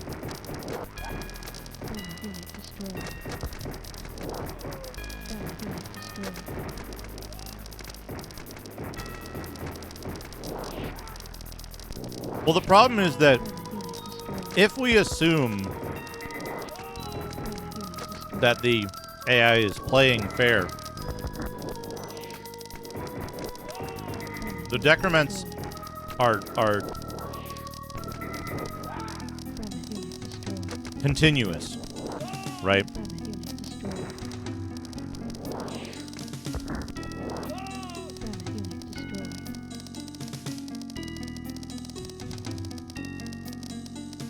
Weird that they stopped repairing it just then.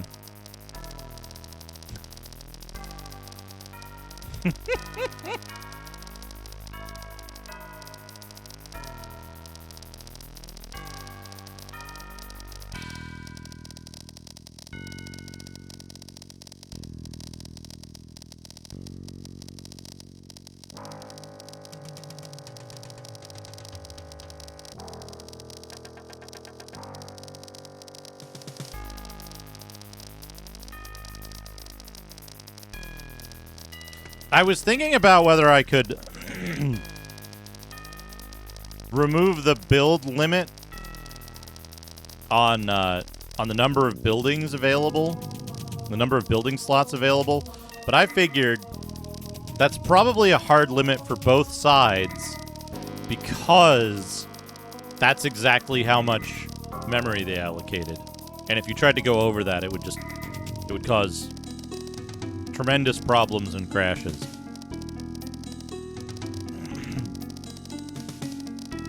We also don't know if the building cost for enemies is different than what we have.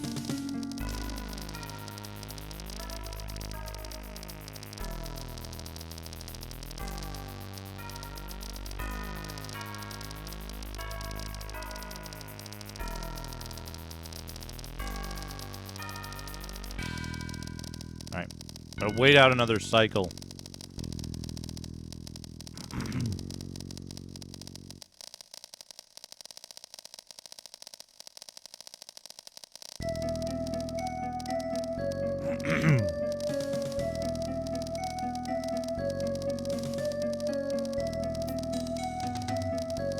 Right, exactly. That's the Jin tough part. rose and lunged for him.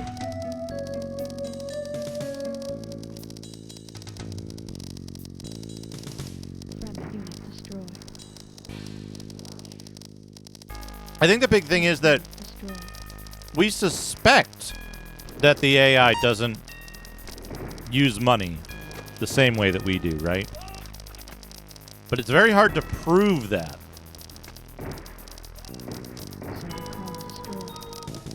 We know something funny is going on. We don't know what.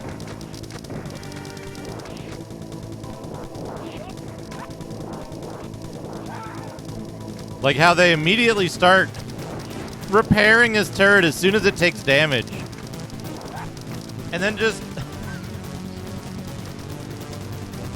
unlimited repairs. And as soon as it stops taking damage, it doesn't repair anymore. I think I'm being followed. Keki Zenbu, thank you for the follow.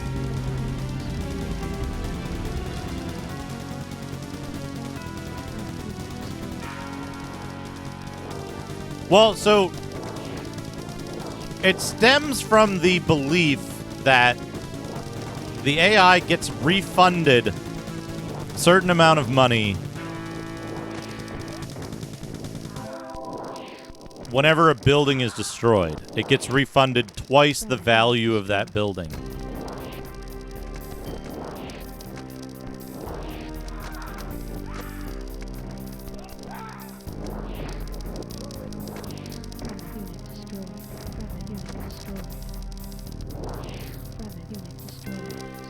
Yeah, that's true.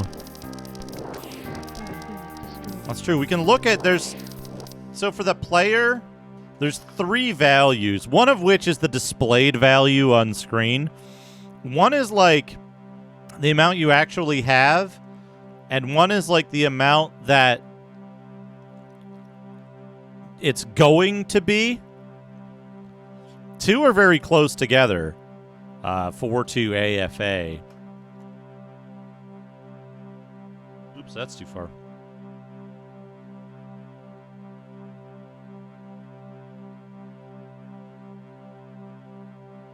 So, like, here's my money and stuff related to me, the player, but then, hell, if I can figure anything out with this memory packing.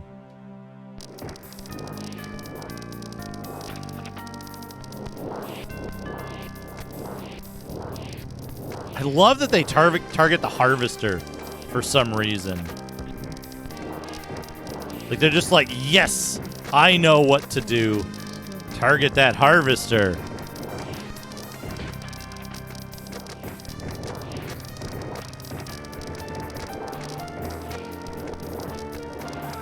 Well, that's the thing, right? If we could check their starting cash, then we'd know where their money is, right? I guess, you know.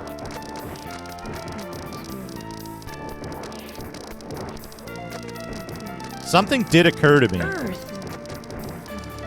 Something did occur to me. I'm not sure how I would do it, though. If you used infantry units to take over all of their spice facilities, which would, like, some of their harvesting shit is up here, though, so, like, I don't know how you'd do that. Oh, it's not repairing constantly anymore. Interesting. I don't know how you would do this, but if you could take over all of their spice facilities, right? Using infantry units to claim them instead of destroying them, right? They would then have no spice storage, right?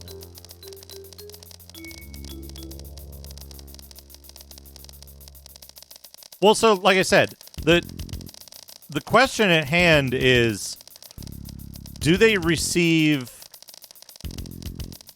track a number at all, right? Is there a number that's tracked at all? Do they actually get double their money back whenever a building is destroyed?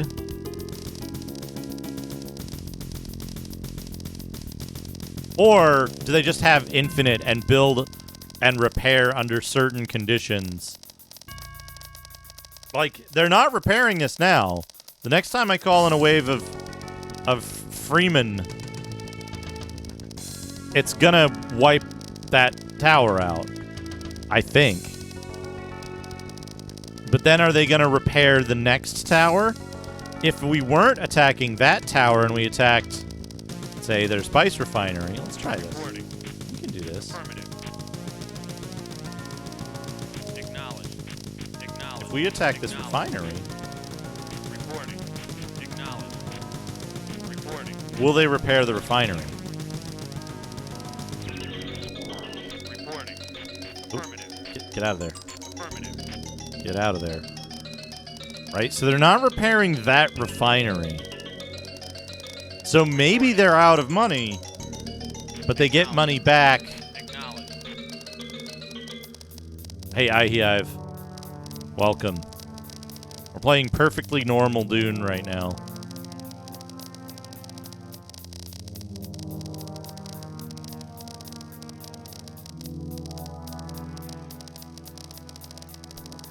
Friendly unit destroyed.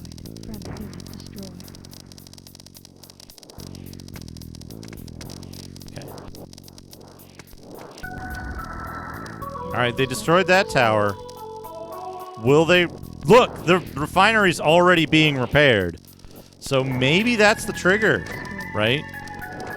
Oh man, they're just like, all harvester 100%. We must destroy this unit that gets automatically replaced for free. Now they don't know what to do. They're just... they're just standing there, getting owned. Friendly unit destroyed. They're locked up. They don't know what to do. Warning. Sardaukar approaching. Oh! They heard the enemy got a new harvester. Hey, Banes. They're like, new free unit that doesn't cost anything to replace, gets automatically replaced, and is capable of killing us? Yes, that is our target.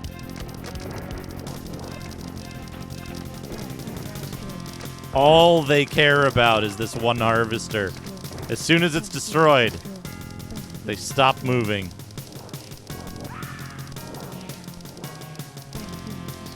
So this is as far as I could have possibly got. This is as far as I could have gone using a strategy of Fremen, because the enemy's unit, the enemy's buildings are broken. They're flagged as non-threat. Affirmative. Affirmative. Acknowledged. Acknowledged. Friendly unit destroyed. Friendly unit destroyed. Affirmative.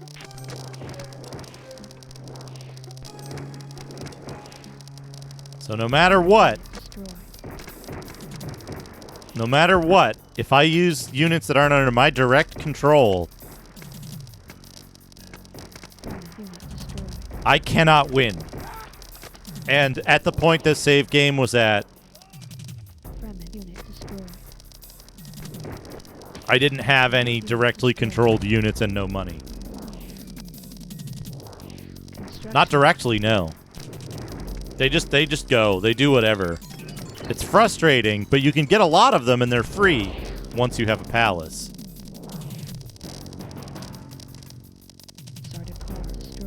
You also can't control ornithopters.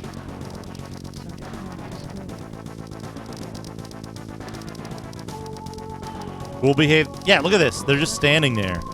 As soon as that harvester comes out, they'll start moving. There we go. Our base is under attack? How? Their rocket turret shot my palace from all the way up there.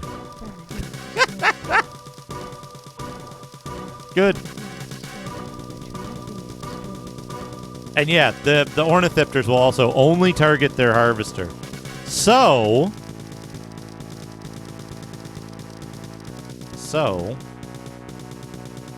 if we do this, right?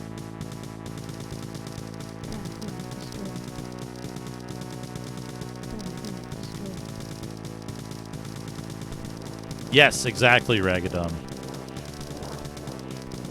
It would have been impossible to clear this stage for my last save. Literally impossible.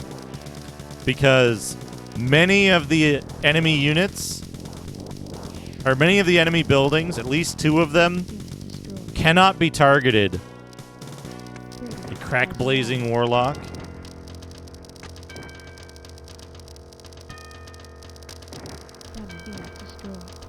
So it would have been literally impossible to...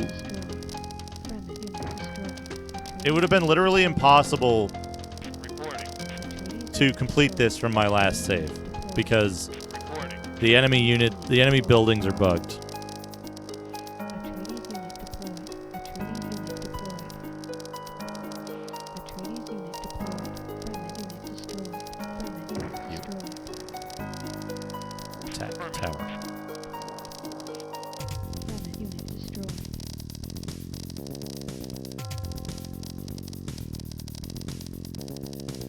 So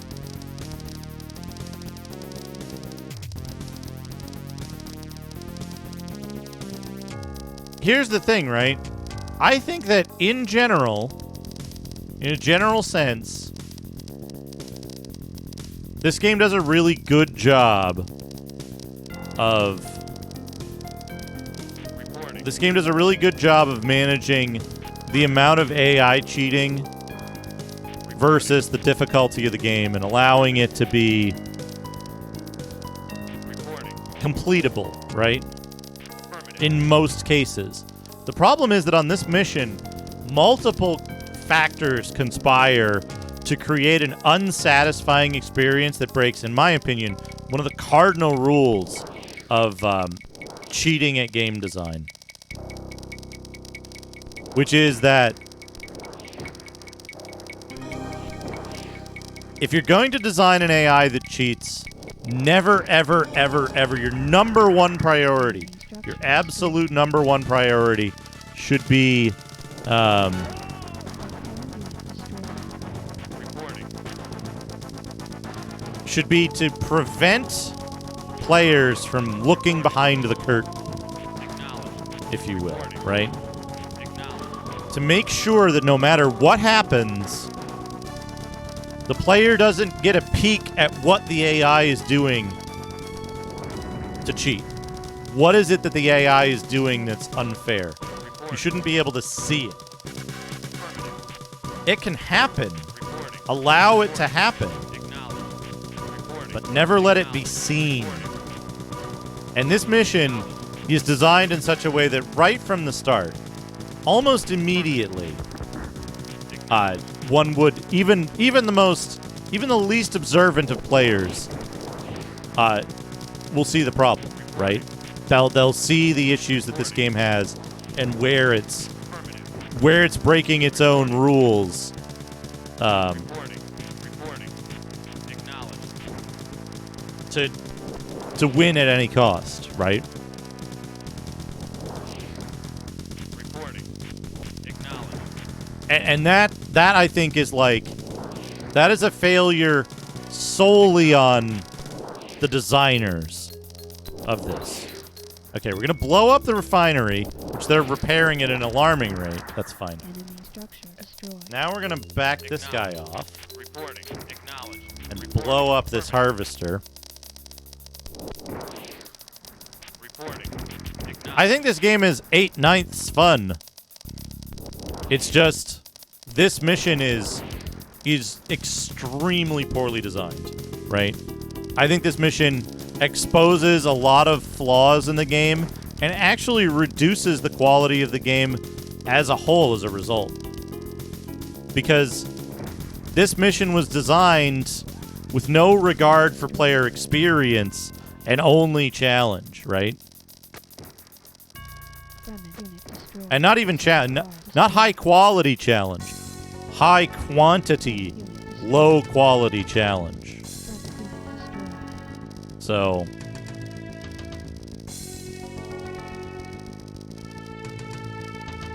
destroyed. yeah, so check this out. Unit destroyed. We've got all these freemen. They will not attack the final necessary objective, which is this repair facility. Cannot be done.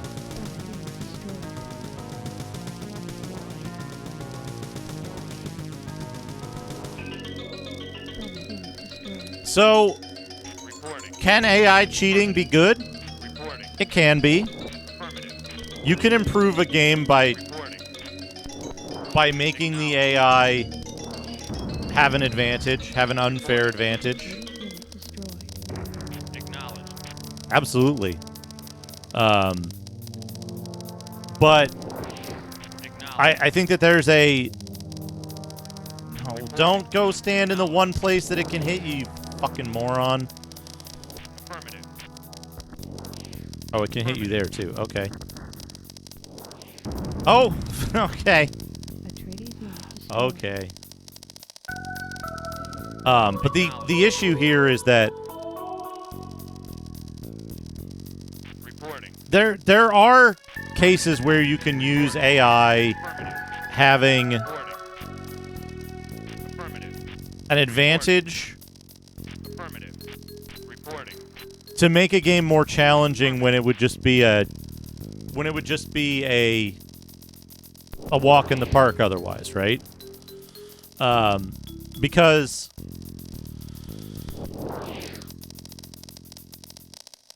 like if you make an AI always subject to the same rules as the player, you're going to have a hard time tuning an AI Reporting.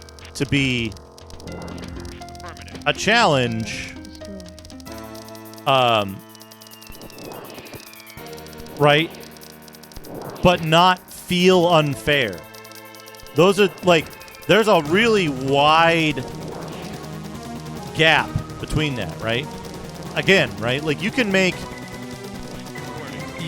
use your very best,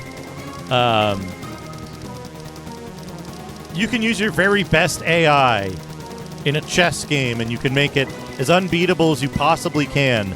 And that's the only setting that you have is like unbeatable to casual players, never makes mistakes, always does exactly what's in the book. That's not going to be fun, right? You're not going to have a fun time playing that game because it's always going to be too good, right? Or you can do something where you can say like,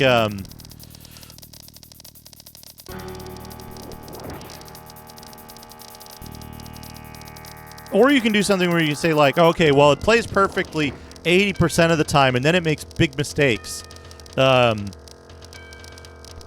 it makes big mistakes, and you can capitalize on those. So that's how you win, and that's still just as unsatisfying as playing against the perfect AI that's always going to win, because the AI is always going to win because it's going to win against casual players because casual players aren't going to be able to capitalize or even recognize the mistakes, and it's going to feel like the computer is condescending to them because it's like, here, let me throw you a bone. Why don't you oops, I made a mistake, right? Reporting. It's Acknowledged. it's difficult to make an AI that's believably flawed and not just like either perfect or it's going to be difficult to make an AI that doesn't feel like it's doing perfect or failing on purpose to make it so that you can to allow you to win, right? And that's like, take for example racing games, right? Racing games are a really good example of this, where you have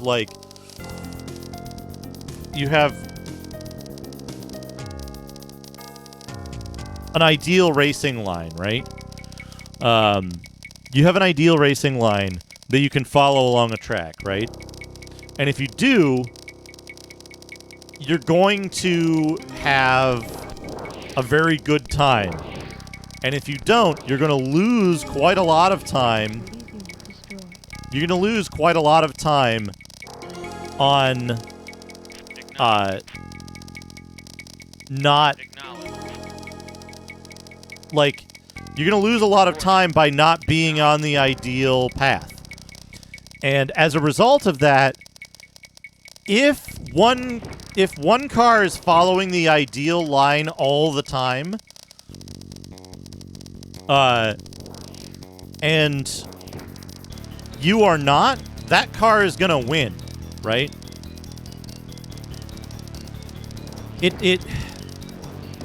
It doesn't. You don't need rubber banding to make bad AI in a racing game, right? That's what I'm trying to say. Reporting. You can make plenty of other mistakes in designing your racing game AI that make it extremely, extremely not fun to play, right? And that's just because they're racing perfectly. What are you gonna do, right? Race perfectly. Why not just do a time trial at that point, right? And we see this happen in a lot of games where it's really easy to make an AI follow a line exactly and be like, okay, cool. This AI is going to win every race because it's so good at what it does. It's really easy to make. It's really easy to make an AI in a like a first-person shooter that Enemy structure destroyed. can always immediately turn to you and shoot at you, right? Because it can see you as soon as it is able to draw a line from where it is, it can react, turn towards you and shoot. And if you have something like the Quake 3 railgun, that's not fun to play either because now you can't react, right? You don't have a way to react to this perfect AI. And it's not even that the AI is cheating, right? You're giving it the same information that a player might have. You can have it react to sounds. You can have it react to like actual line of sight and vision angles and stuff like that. But if you still give it perfect reactions, right? You still give it perfect aim and perfect reactions, it's going to feel like shit. Even though the AI isn't cheating necessarily, it's just very good, it's still going to feel like shit because you're going to come around a corner and instantly die, right? You're going to get shot, you're going to get headshot with a sniper rifle because the AI can turn, zoom, aim at the same speed that you can, and it's always going to win, right? Because it's maximizing all of that stuff. Take that example in this level, right? Not even with regard to the part of this that Yes, sir. not even with regard to the part of this that is absolutely 100% cheating, right? The designers of this game knew that there's insufficient memory for a player to build a regular base, right? A regular, well-designed, protected base in this level. Yeah, see, even my own units won't attack this building when they're near it. Acknowledged. There wasn't enough memory space for a player to build a regular, normal base, a normal, regular base in this level without hitting the build cap, right? Without hitting the cap for the number. Yeah. So this building is bugged. There's no way that you can win this with Freeman because this building is improperly flagged. So there's no way that you can build a regular base because you will hit the build cap. And the enemy has automatic nuclear missile launchers that they can use twice as frequently as anything you can field, right? So what happens is they can wipe you out almost instantly. They could decide at the beginning of the mission, the AI is programmed not to do this, right? But they could, at the very beginning of the mission, launch a nuclear missile at your construction yard and force you to game over immediately. They don't do this, but they will instantly launch a nuclear missile the very second you discover their palace. They will immediately launch. And that feels like shit because the AI isn't necessarily cheating in this case, right? It's just extremely poorly designed. The design is not supported by the mechanical aspects of the system. It's top heavy, right? So you end up with this like extremely bad experience as a player because you're no longer playing an RTS. Your ability to perform in an RTS context, right out the window. You're playing a puzzle game now, right? You're playing a badly designed puzzle game because you're at this point where, well, okay, supposedly they have a 5 building deep build queue that they're going to rebuild, and they can always rebuild because they always have enough money to do it. And then if a building is destroyed, they can rebuild it immediately. And so you end up like with this, it's a hidden rules puzzle, right? You're not playing the same game anymore. You're not playing a good game anymore. You're playing this stupid guessing game where you're trying to guess, well, okay, if I destroy one of their buildings, maybe I can build something. So you go destroy one of their buildings, and you can't build anything because the maximum allocation of buildings on the map has a queue system, and the enemy is allowed to queue buildings instantly. The very frame that one of their builds, right? The very frame that one of their builds one of their buildings gets destroyed, that same frame, before you could even take any action, they're allowed to queue rebuilding of it. Which means that you're both not playing the same game because they start with all of their buildings and their entire base built, right? They don't have to build new buildings. And if they could... Karn, thank you for the raid. Okay, go ahead. Yeah, shout out. And if they could... Oh man, World of Zine, what a good game. Well, also 9/10 of a good game. The world content is... I don't know, it's not the best. The Clouds stuff, though, one of the best games ever made, in my opinion. If not the best game. Hard to say with how genre stuff works, but...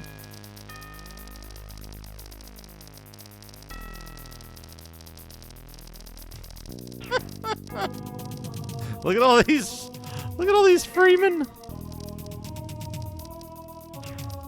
Well, so here's the thing, right? They designed 24 missions. They designed 24 missions that all hold up, that all work. They designed one mission for each faction, 3 missions that do not work. They break very basic rules of game design. And it's, I think, a little... I don't know if I would call it naive, but... Reporting. Affirmative.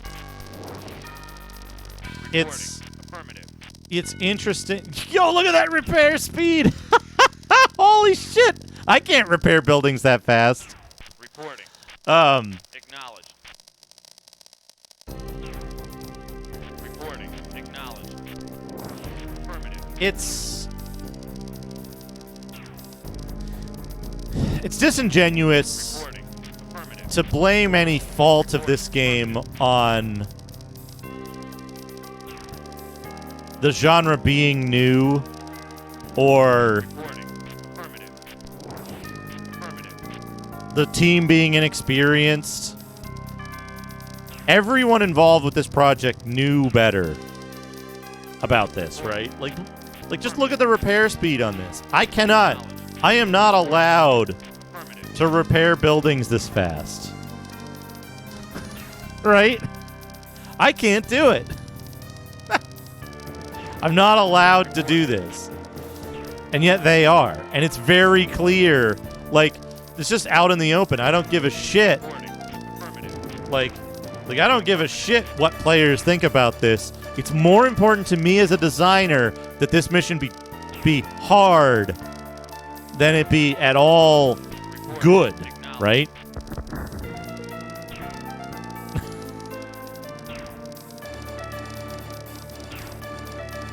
And so you end up with this, like, problem where they just...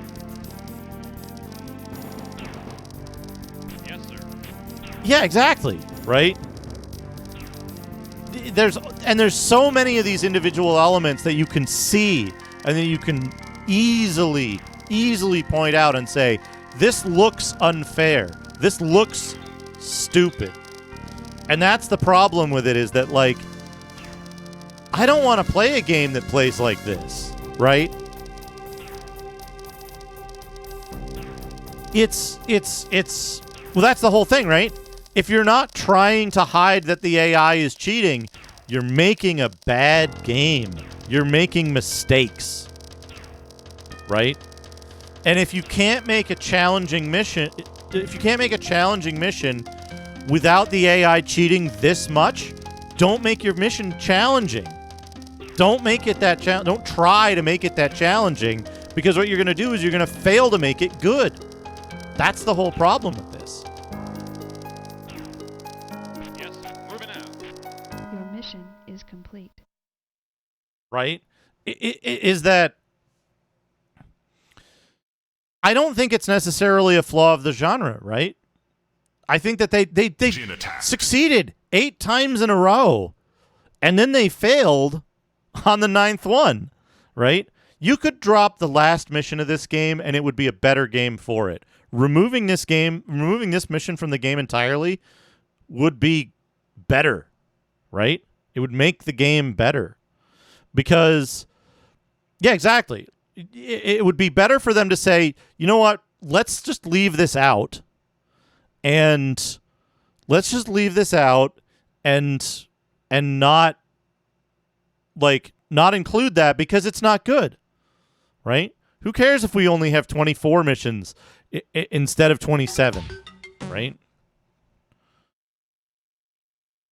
But it's something that, like, somehow everyone involved with this game passed on this, or whatever chain of command they had, or whoever was involved was like, hey, you know what? I think this is fine.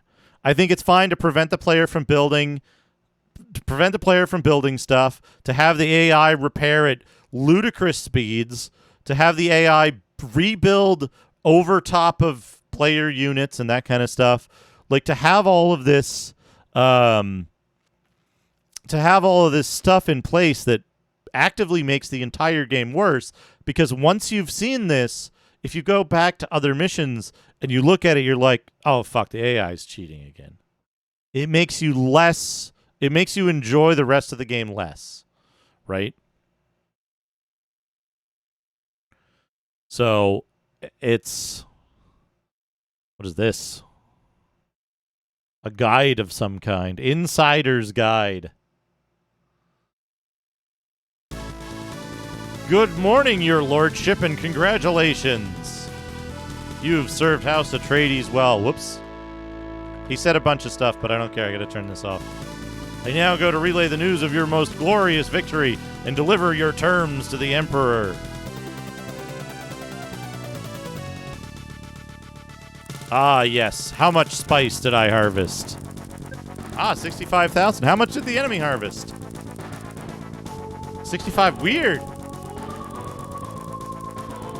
Exactly. Units destroy... oh, that's a big discrepancy. That's odd. It's not that it's narratively justified, right? It's fine if the AI cheats, as long as you don't show that to the player. As long as you don't put it front and center in your design, right? As long as you don't say, you know what? I don't care if the player sees me cheating, because it's more important to me as the designer to have my big brain level that's going to be so hard to beat, right? And it's difficult to do, right? It's difficult to hide that stuff, right? It's difficult to make a game that works really well and has its mechanics support its design, right? Well, right? So here's the thing, right? the repair speed is one of the most forgivable of the repair speed is one of the most forgivable transgressions in that level. Because you can say, hey, you know what?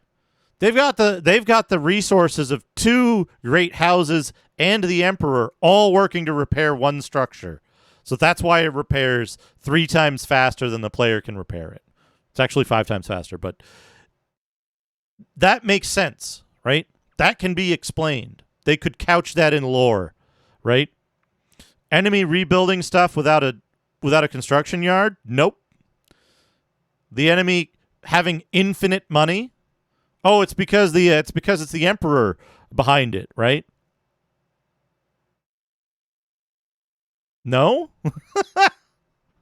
especially the way they implemented it here, right? Them being able to just rebuild anything regardless of whether they have connected structures or not. Being able to rebuild things on top of your units. Being able to rebuild on top of your buildings. I can drive an MCV over there, plop it down where their building used to be, and they will just delete my building, right? You know what? If they had a spaceport and all they did was generate units from the spaceport infinitely, that would be way, way better. That would be really cool because it's like, hey, shit, the spaceport is a giant threat. And they're funneling all of these units out of it because they have infinite intergalactic credit, right? They're not using spice credit here to do it. If they had a spaceport, like a central spaceport, and they were like, here's infinite units coming out of the spaceport because every 30 seconds or whatever, or every, minute and a half or 2 minutes, the Emperor gets a shipment of troops because he's taking out loans and he's pulling the strings and getting off-world support, then yeah, sure, that makes sense. But they don't do that, right?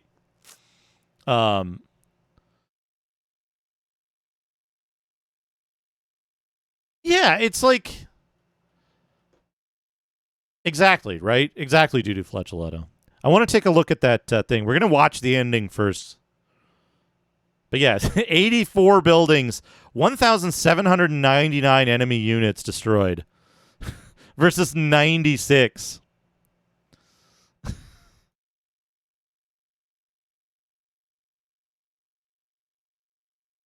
And it's not like I did poorly on the previous missions too, right? Greetings, Emperor. What is the meaning of this intrusion? You're a damn cheater, and we're going to put you to death. You are formally charged with crimes of treason against House Atreides. This doesn't make any sense. The House shall determine your guilt or innocence. Until then, you shall no longer reign as Emperor.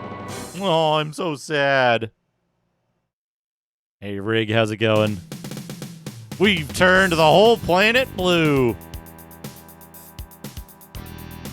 Honk. Yeah, if the AI didn't... well, let's put it this way. The game's requirements would be much higher if the AI didn't cheat, right? It would need a lot more CPU power to run effectively. You blew it. Hi.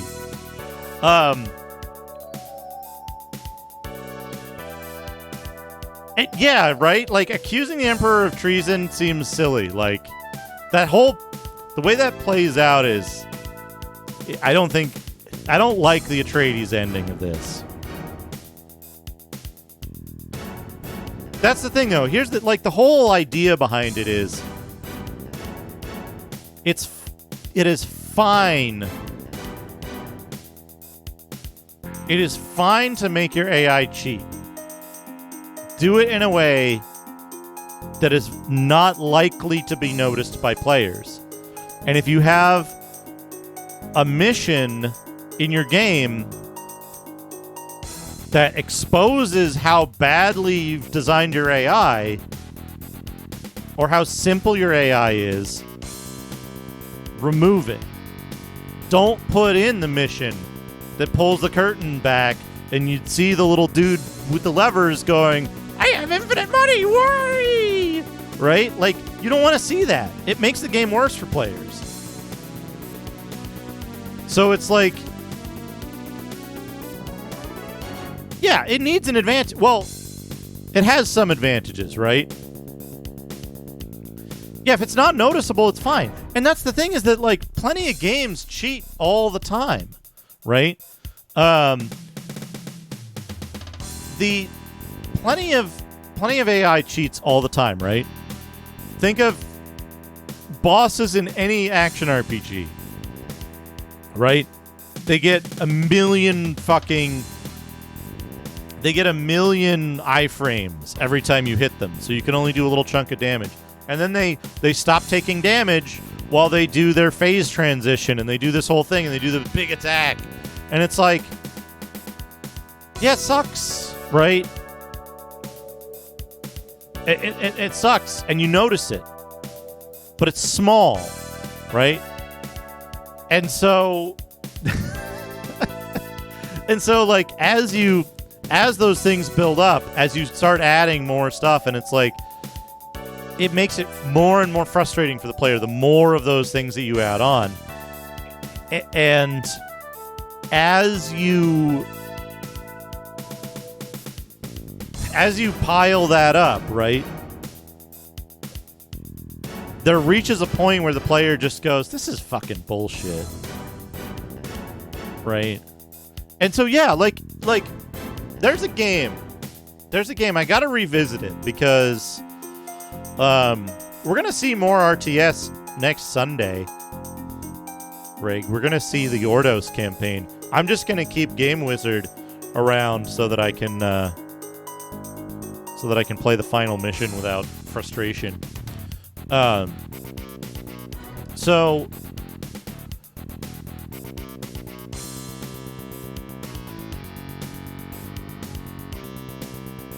I believe it's Zone of the Enders 2?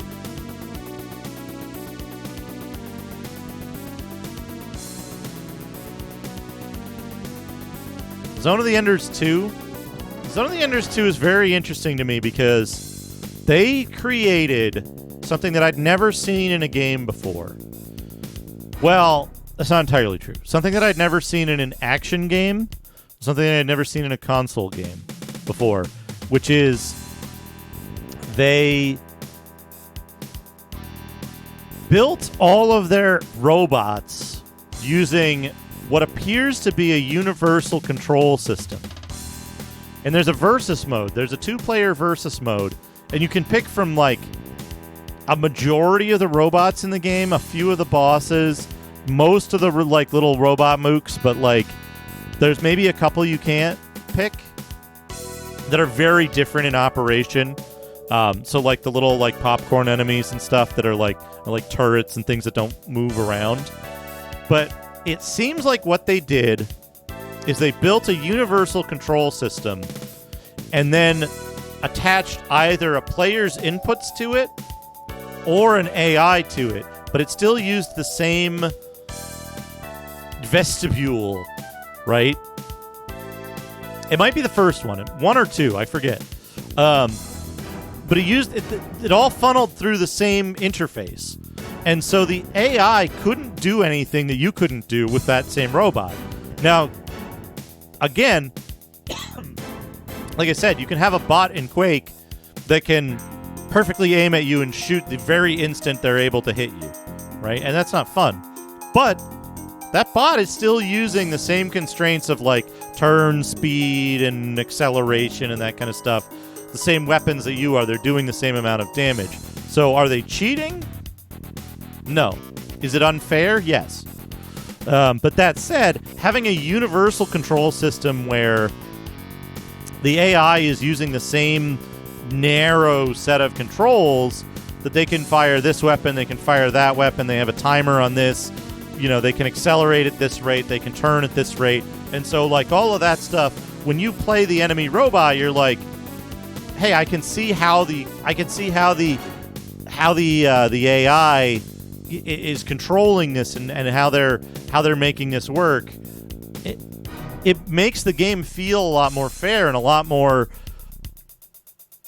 like, I don't know, it makes the world feel more realistic and more fleshed out, that you can also control these things the same way the AI does. So it's weird. It was a weird thing. I don't think very many people have done that, but that's the kind of thing, like, when I think about it,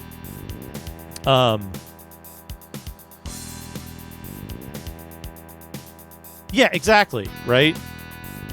Exactly. So when I was building the shelved project, because I can't get it to compile anymore, I was working on a project called Death Sleds. DETHSLEDZ. Which, the way I built it was, there were characters in the game, and then actors which controlled characters.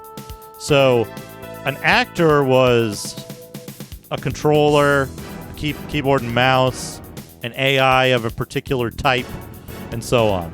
And then a character had a universal interface that the actors would use. So an actor would send a message to their character's controls and tell them to do something. Fire weapon 1, fire weapon 2, turn left, turn right, and so on. So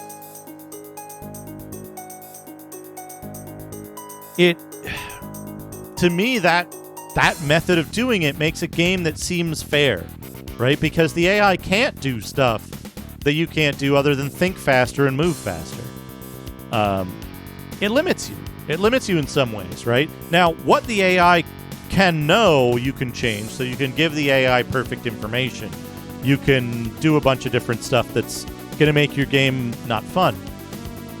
But at a basic level, you have this equalizing factor of they can't do anything you can't do. So, yeah. So, like, and that's the thing. That's one of the things that I'm working toward with the Maze game is the set of information that's available from which to build characters is the same. Now, you might prevent some of those. You might prevent players from accessing some of those same pieces of data for their characters, but in a way, you equalize things by saying, like, hey, yeah, an orc enemy is built up the same way that a player class is. You know, they have a species, they have a class, they have a set of abilities, they have a set of skills, they have abilities, they have an inventory. And, you know, as you build that up, you end up with, okay, here's what an orc looks like. And an orc looks very much like a human, you know, a human fighter. An orc fighter might be very similar. You know, they might have some absurd bonuses because you want them to be tougher, or they might be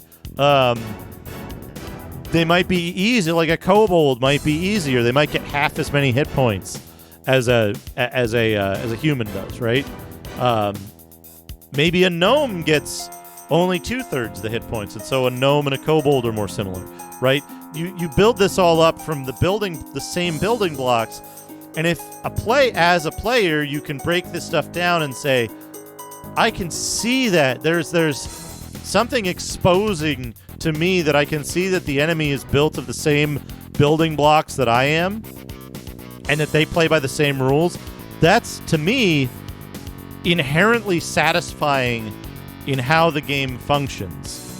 When a game starts flaunting that you are not playing by the same rules, I think it makes the game worse, and it makes it less satisfying, even to win, right? When you straight to DOS. When you I guess I can't. I got to reboot. when you flaunt the disparity, you make a game that's unsatisfying even to win, right? I can go into a game at the start and say like, hey, you know what? I'm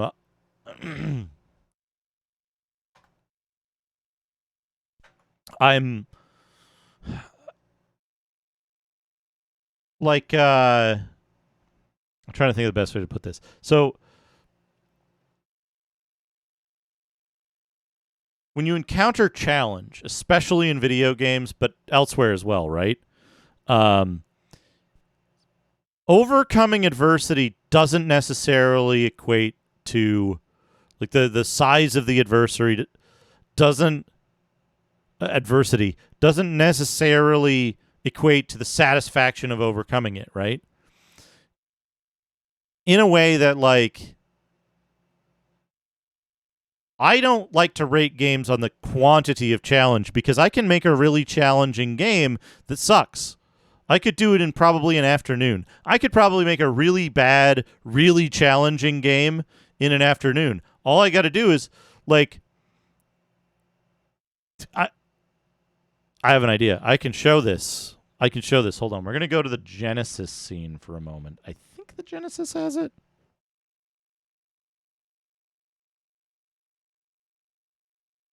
So let's look at what would be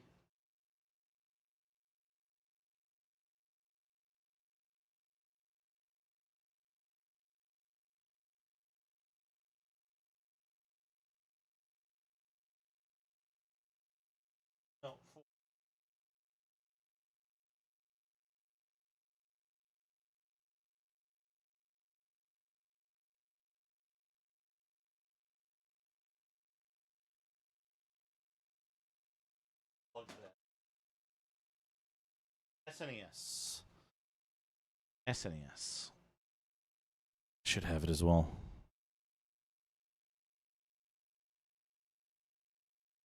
Right? Oh fuck, I don't have it. Welcome.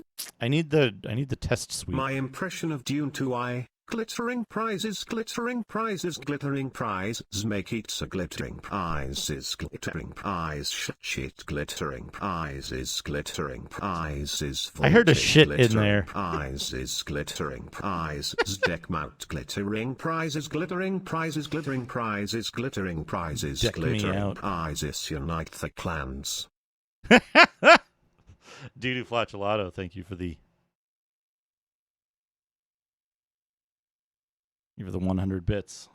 Not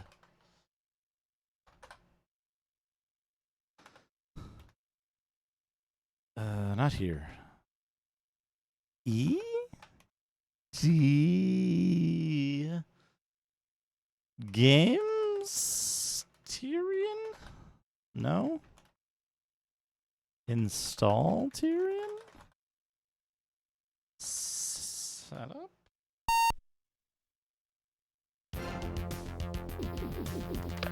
Where is it? There it is. Right?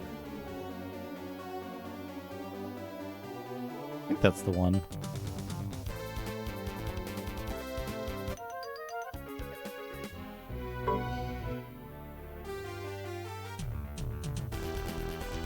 Yeah, this is good though. So I was gonna load up I think I unplugged the Genesis for some reason when I was moving some cables around over there.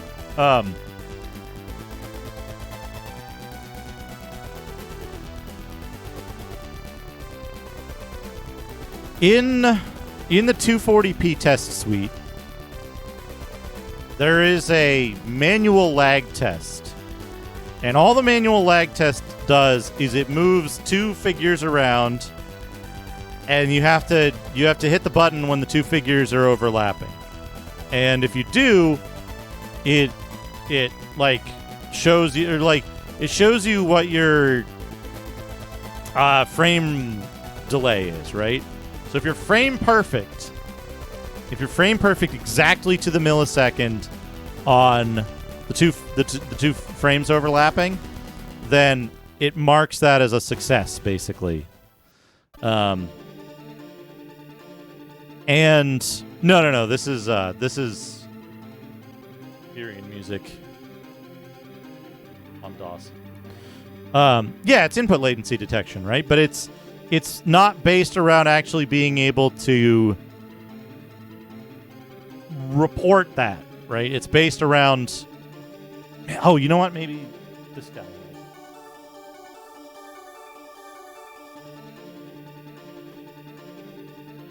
I just gotta find one of the consoles that I have 240p Test Suite on, and we can see it.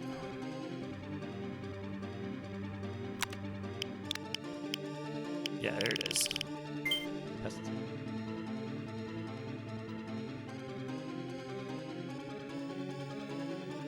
Yeah, manual lag test. Right? So it just does this.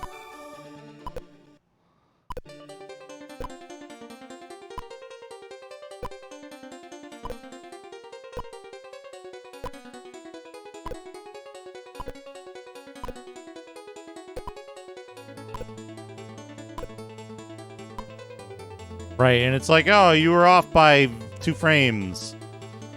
Right?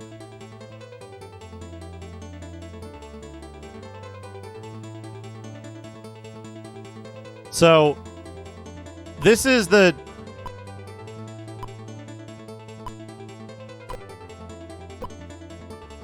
This is an unsatisfying...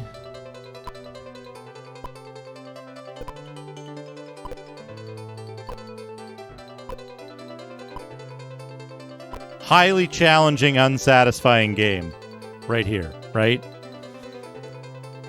That all you're asking the player to do is hit a button at a certain time.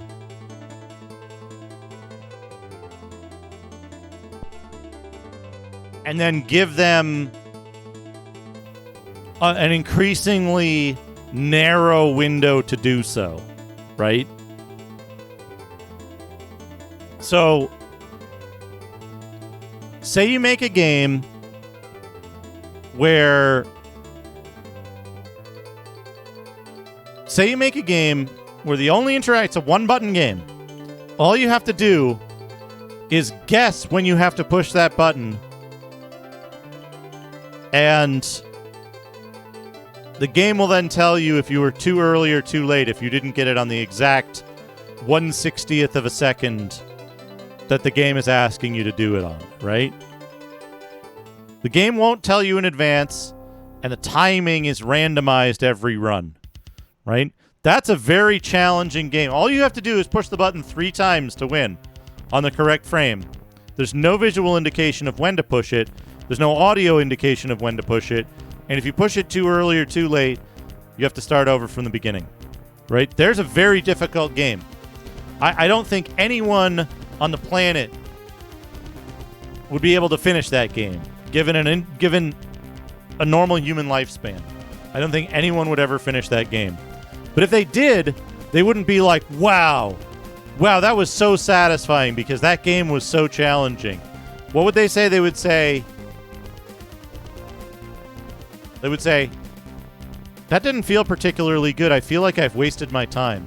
I feel like doing this was a waste, right? I feel like I could have done so many more. I could have done so much more with my time than dedicating it to randomly pushing a button 3 times in a row, right? Yeah, what a waste of time. This sucks. And they would be correct. They would be correct in that assessment, right? So, quantity of challenge, the amount of how difficult something is to do, does not make it a good challenge. Something being very easy. Another example, right? I'm sure some people will take the challenge, but if they say at the end of it that, like, oh yeah, that was so satisfying. That was so satisfying to beat. It was such satisfaction to win that most challenging game. If they say that it was a good challenge, they are either mistaken or lying, right? And that can happen. Sometimes they can be mistaken and then be so offended that anyone else would have a different opinion that they begin lying about it, right? To the point of convincing themselves, the point of convincing themselves that they're enjoying it, when really the external signs of it are frustration and anger. So it's an interesting question, right? If someone has hypnotized themselves to the point of lying about their own stimulus, are they actually enjoying it? None can say, right? Yeah, the lottery. The lottery is very challenging, but more rewarding. It's one of those things where it's like, it's the quality of the challenge to me is more important, because, like, for example, right? I've almost universally heard people say that Symphony of the Night is too easy, right? That, oh, you go into Symphony of the Night, you go down here, you get this item, and then the rest of the game is just so easy, and it's like, you, like, went somewhere random, held down on the D-pad for 20 seconds to get a secret item that you could not have found on your own without assistance, right? That you read about, and then you went to all these bosses and used tactics that you either developed over a long period of time or that you read about, and you went out of your way to explore every room so that you could pick up the walk armor, which you already knew about, and then the game was really easy after that. And it's like, no. Symphony of the Night is a good challenge because the first time you play it, you're like, whoa. You're like, whoa, this is really cool. Oh, I barely beat that boss, right? And sometimes you get to a boss and you're like, man, that boss was kind of easy.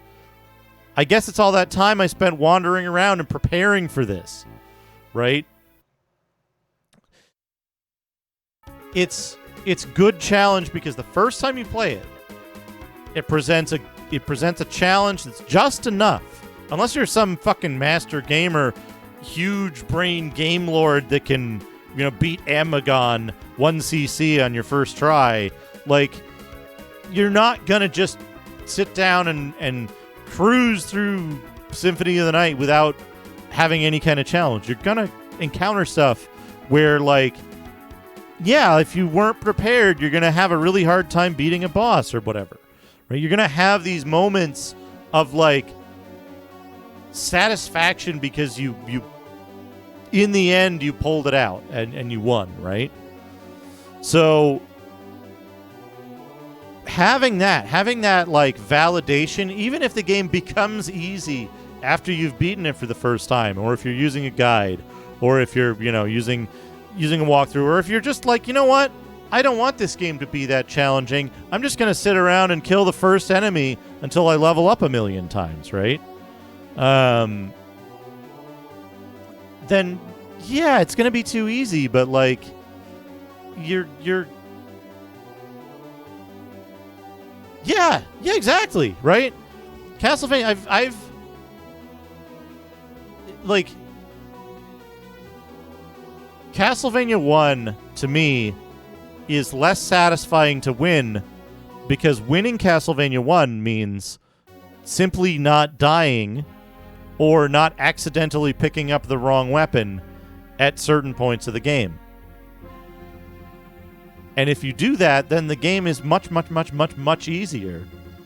And the parts where it's, like, difficult aren't difficult because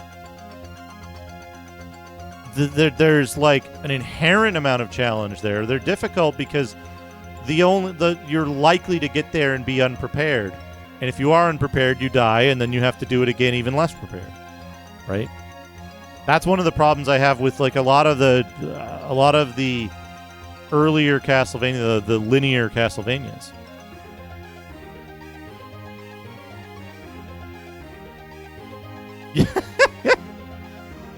But it's like you watch people do their first fight. If they're playing the game blind, they haven't played it a million times.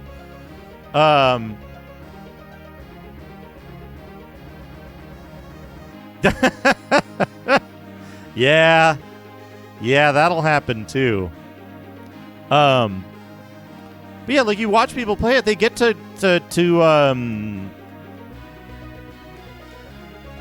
Slagra and Gabbana, and then they're like, whoa, oh, these guys are tough. What do I do? And often they end up finishing the fight and winning with just a few HP left and like just barely getting by, right? And that's cool. That's really cool. That's what the first boss should be like. It should present a credible threat, but you should still win your first try, but just barely. That's a good boss. Right? Like, you have a tough time with it. And then sometimes you go one place where you're not supposed to and you suffer through a difficult thing and like then you go back to an area that you were supposed to do earlier and it's really easy. And that stuff can happen, but I think that's cool that it can. Because you're like, wow, I should have come here earlier. Now I'm going to have an easy time of it. And you have a different experience than someone who went there first, right? You're like, man, this area is really tough. But you power through it, or you don't, or you go somewhere else. That's good game design. It's good level design. So it's tough to say, right? I disagree with the majority of people who say that Symphony of the Night is too easy, and I counter with, like, a lot of games are just bad. And it makes good difficulty design seem too easy when you're experiencing it for the 56th time. And you wouldn't have played the game to 56 times if it sucked. Right? Yeah, like Dark Souls the Souls games are a weird one to me because the Souls games are a combination of that kind of hidden rules stuff and really good game design, right? There's some stuff in the Souls games that's just uncommonly good, right? Like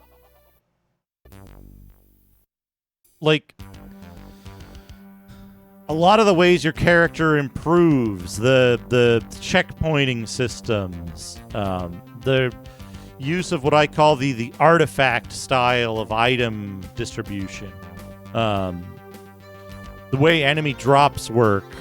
There's a lot of really, really good stuff.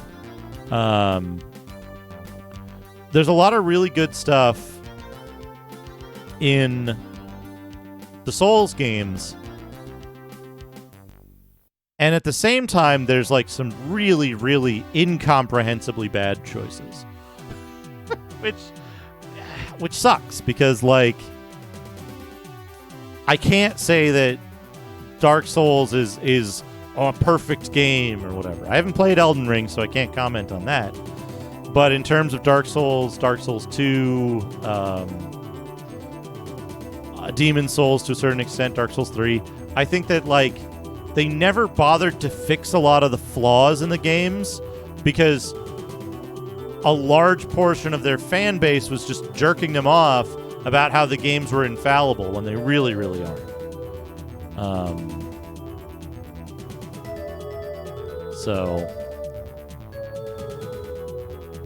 I don't know. It's hard to say, but I think that making a game difficult to the point that you expose its systemic breakdowns and how it and allow it to flaunt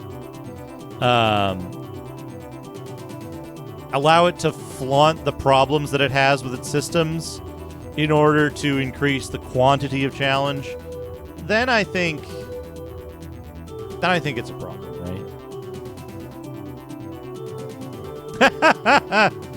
It's true, Yerk. It's true. Will it play at this speed? Go fast.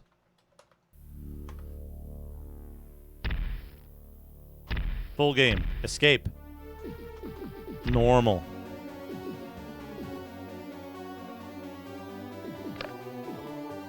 What do I want to do here?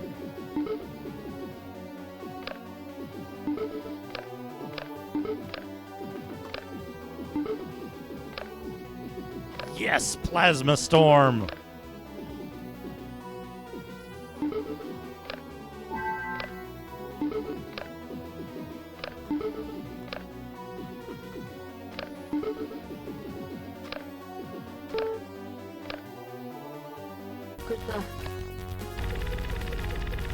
Yeah, it works.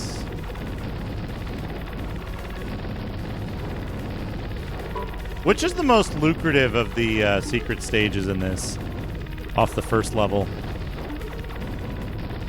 I know you can get to whatever it's called. It's the hardest one to get to, but I don't know if it's any good. Oh yeah, we're gonna test that one time before we wrap up.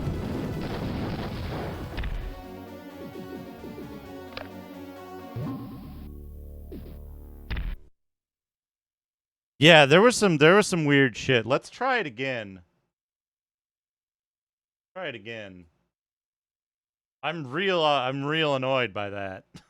All right, everything's probably going to go to shit. You know, I used to think Raptor was on the same level as Tyrion, but I don't believe that anymore. I think Raptor has a lot more problems in terms of like how it operates. Is my stream going to shit? It looks like it's going to shit, right? Yeah. I gotta. Oh, you know what I could do? I can go to the setup screen. I can get the scrolling. This is a conversation between Del the Dark. No, it's fine now. And a zombie. The Del, fuck? give me a dagger. Zombie. What? Shut up. Del, give me a big ass dagger. WHO. Give me a big ass dagger. Zombie. Fuck off, Del, and no zombies, now, zombie, this is a prison, Del, that's right, zombie. I thought zombies were supposed to be indestructible, Del, it appears you do not have a massive chunk of rock held down between your teeth by a half-mast of pink flesh, zombie. I can feed to a mithril zombie, you dumbass. Del, being a boss bitch has its benefits. Zombie, you could eat all of my stupid zombie victims. Del, this is a prison, not a toy store. Zombie, Del, hey shut up. I believe that Luna Denture is delicious. Fuck you for tolding me discomfort. Del. What?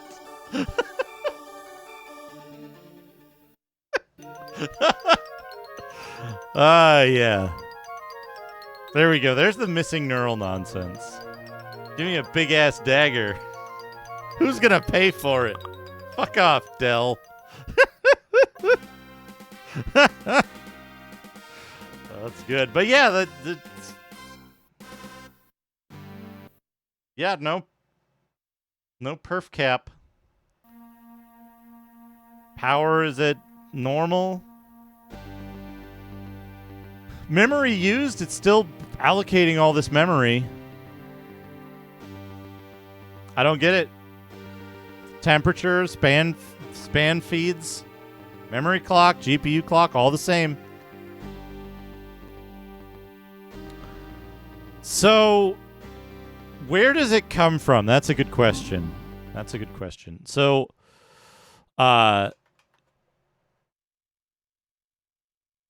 when I was looking through the stuff that the neural network Some had fool said that money is now growing on generated What could before. you tell the prosaic of the antique witcheries and grotesque I could be marvels thinking of discernible 100 to bits. sensitivize amidst the poison cauldron where all the varied dregs of unwholesome ages mix their venom and perpetuate their obscene terrors? He had seen the hellish green flame of secret wonder in this blatant, evasive welter of outward greed and inward blasphemy, and had smiled gently when all the New Yorkers he knew scoffed at his experiment in police work. Thank you, Akabidi, for the 100 bits. The Secret Green Flame. That's Ordos. We'll be playing them next weekend. So I was auditing some of the stuff that the neural network had put out for another prompt. And so the way it worked, what you end up with is you end up with like text, and then it'll do this. Right? It'll do something like this. So this is your, like, you know, it'll be like Ferduli recipe, blah, blah, 1.5 grams bitters. And then it'll do end of text, right? And then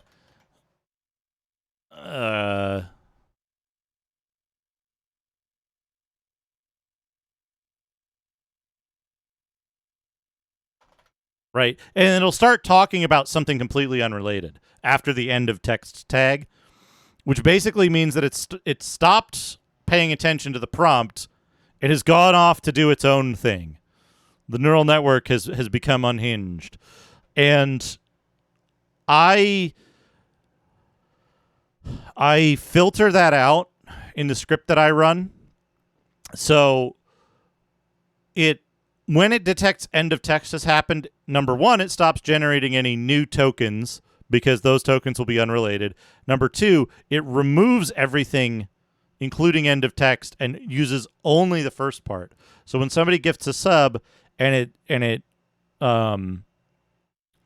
somebody gifts a sub and it's like it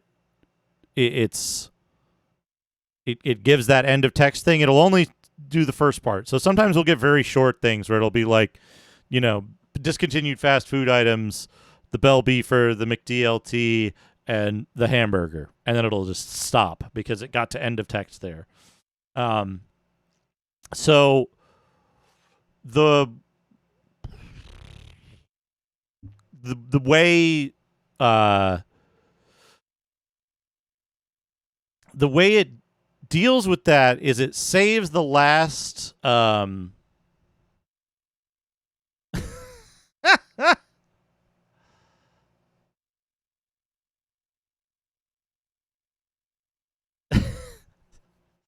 the way that it deals with that is that it saves the last token, the end of the last token, with the end of text after it, but it only plays back the part that doesn't have the end of text. And I saw it had written the thing about the first part, which is this is a conversation between Del, the dark human male, and a zombie. Del, give me a tagger. Zombie, shut up, Del. That had just appeared out of the ether from the neural network's brain one day, and I was like, that sounds like it would make a really good prompt. I gotta try that. I gotta see what it'll do if I give that as a prompt. And sure enough, it's one of the riskiest prompts because it's like this confrontational conversation. So the neural network is more prone to coming up with mildly offensive stuff. As a result of that, I've implemented a kind of naive censor filter for that so that it doesn't say really nasty stuff. But there's some stuff that's too difficult, like contextually too difficult to filter. So sometimes it slips. We had a slip up yesterday where it was like, yeah, neural network, what are you doing? But it's the explicitly offensive stuff is easier to catch. So I've got that in place. But it's a really interesting prompt because it Yeah, Dell and the zombie don't like each other, and frequently they leave the conversation. I think because it equates more to internet conversation. Like it draws from similarities to internet conversation. That's probably why it has more offensive language in it, is more likely to produce more objectionable stuff, is because of that. So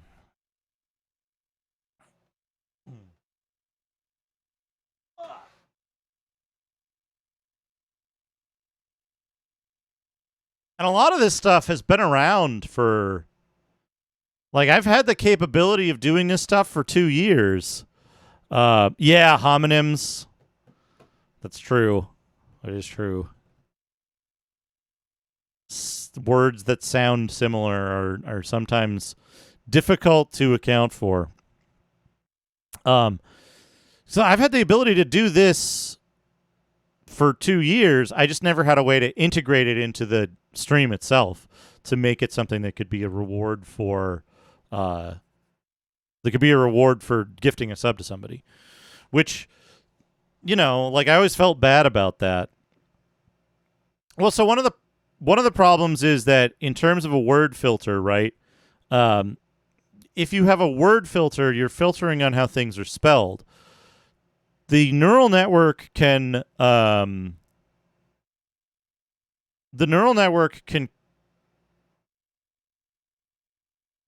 up with novel things that may not be meaningful, but may sound like an offensive word, but they're not anything that you would,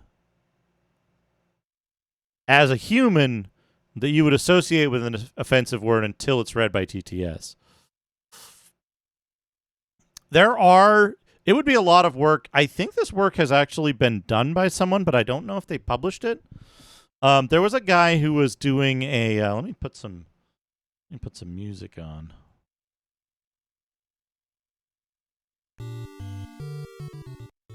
There was a guy who had a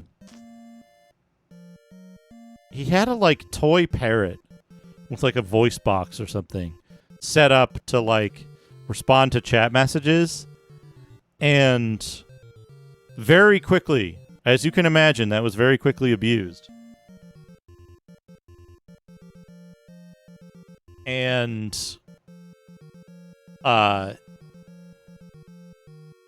I believe that he ended up inventing one of the most robust text and audio filters. But I don't know what happened to that or where it is. The biggest problem is that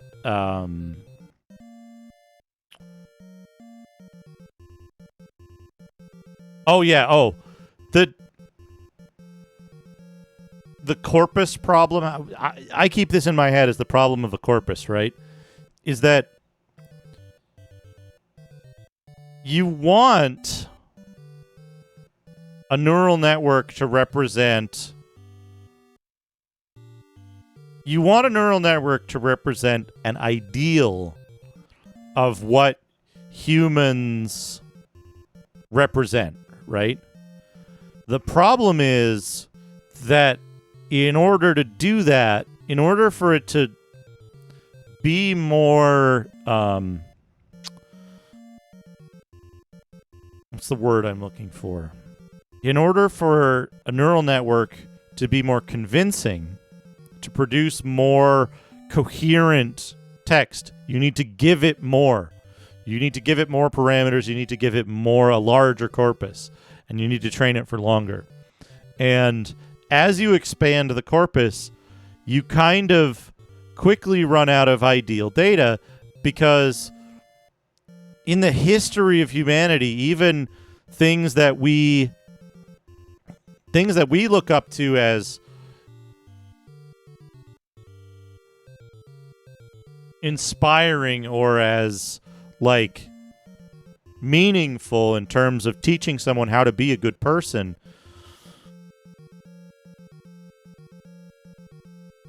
individually on a specific content level, those works still teach bad words and bad behavior, right?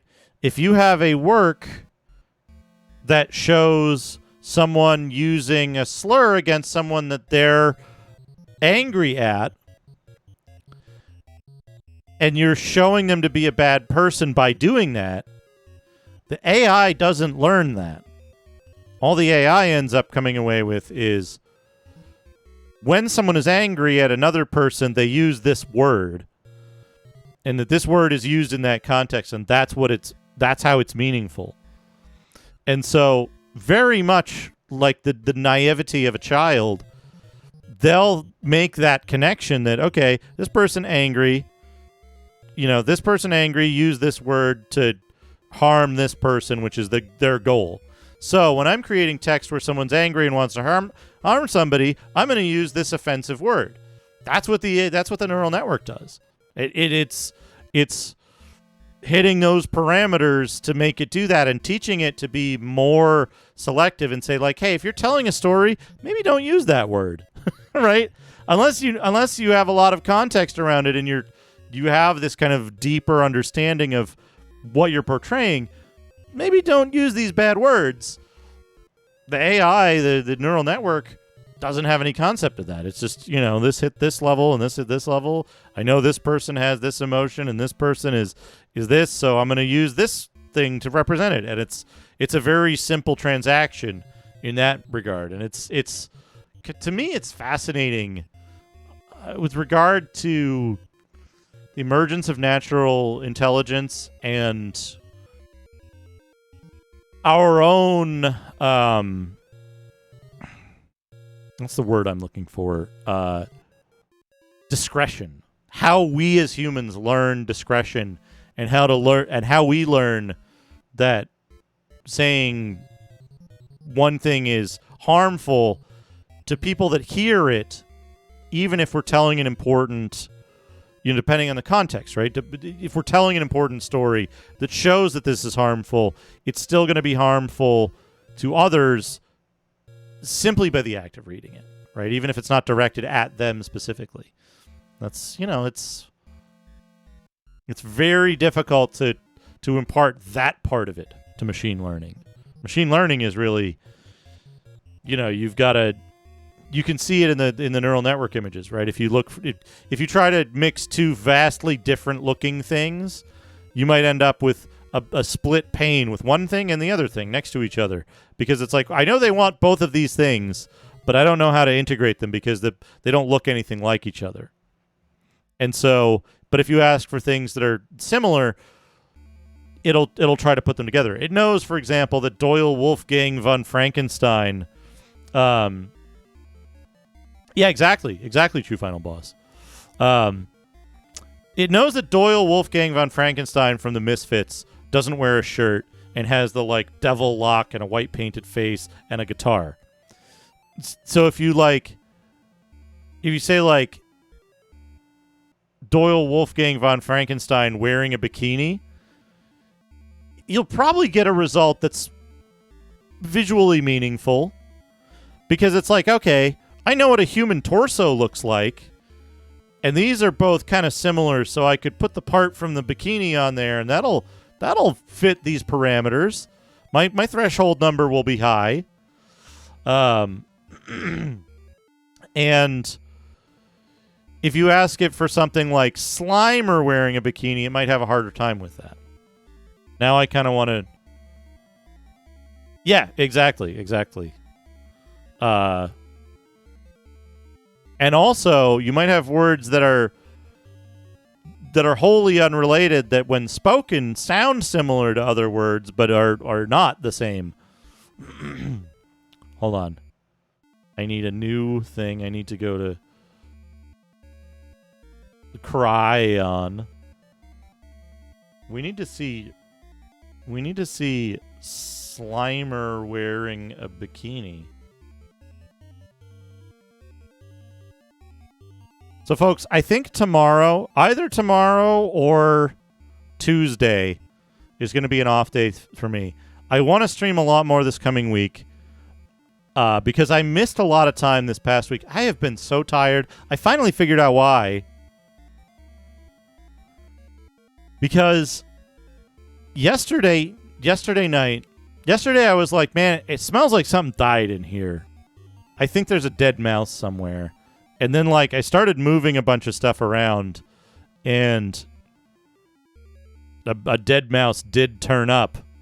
And I got rid of the dead mouse. And I think that was one of the reasons why, like, this whole week I've been sleeping poorly. Yeah, see, Slimer wearing a bikini. We get nothing. I'm just testing this hypothesis. Let's see, I want the neural zone. Oh, I've got a good comparison image already. Slimer bikini.png. All right, so check this out, right? If we look for Slimer wearing a bikini, we're going to get just pictures of Slimer because Slimer's way more powerful. Yeah, something in the air. Right? Slimer's way more powerful than the bikini image, right? But if we ask for something that's more like similar, right? Oh yeah, the techno dancing was keeping me up.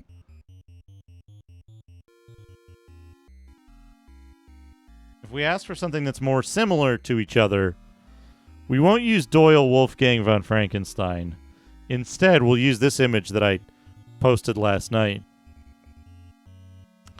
So,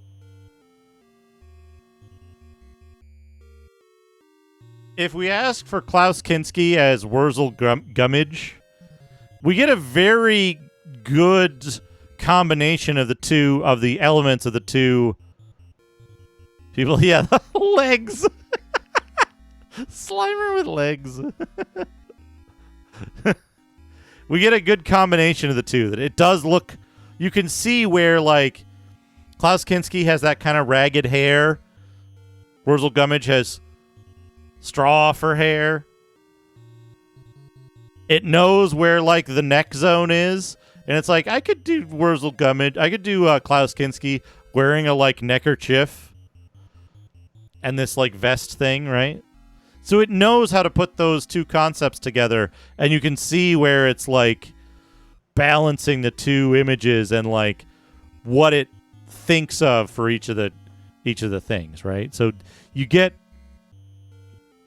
it's like this. It's just like a threshold value, right?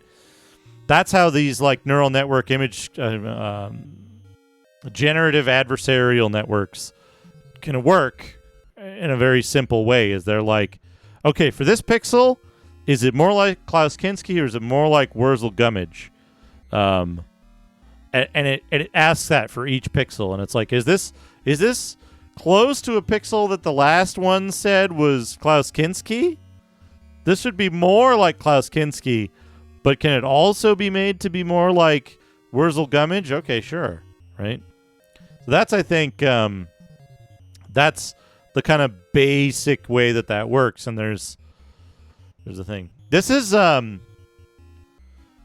this is Dolly Mini, but they changed where they hosted it. So they have a new domain. But if we do like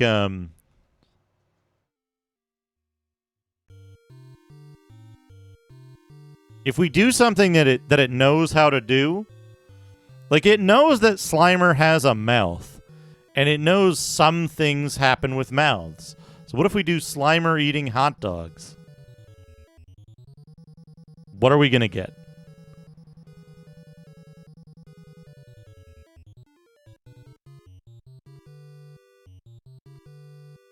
And if you want to look at some of the other things if you want to get some ideas, on the Discord we have the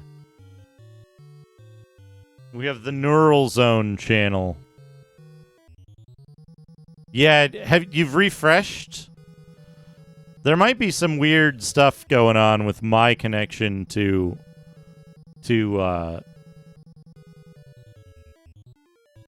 Twitch. This is very good. This is very good. Let's see Slimer eating hot dogs.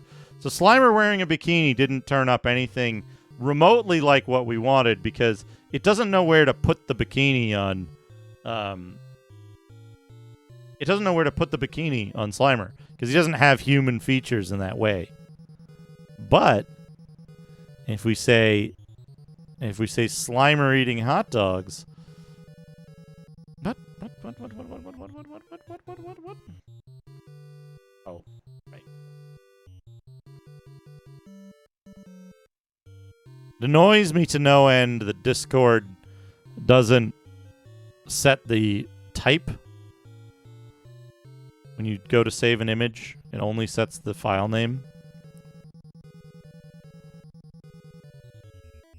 Slimer eating hot dogs, much, much more accurate.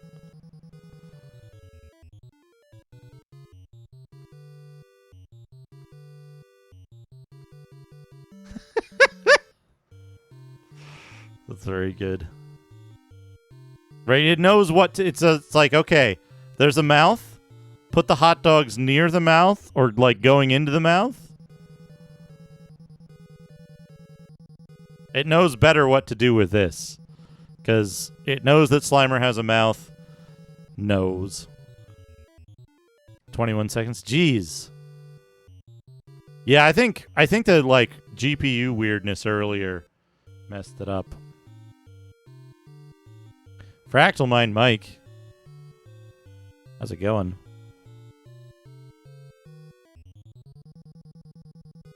Hot dog wearing a bikini. Can we do hot dog wearing a bikini?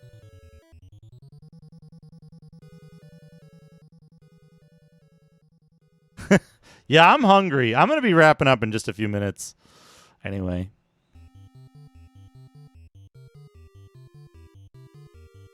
Not enough time to add fictional legs. But that's one of the things is that, like, in terms of, like, tricking the neural network into making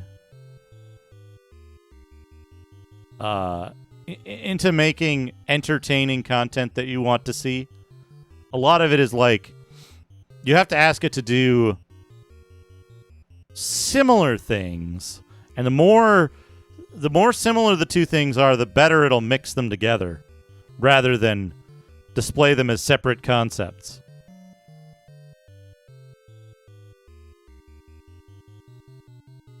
Oh, this is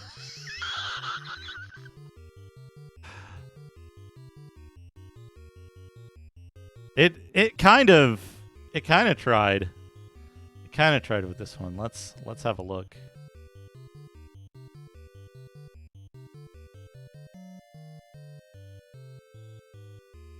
I want to do a thing. Okay. Hear me out, folks.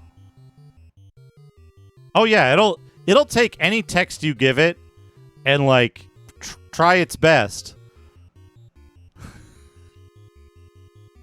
It's trying. It got some ideas of the shape of a bikini. It knows it needs arms and legs. So the key thing there is you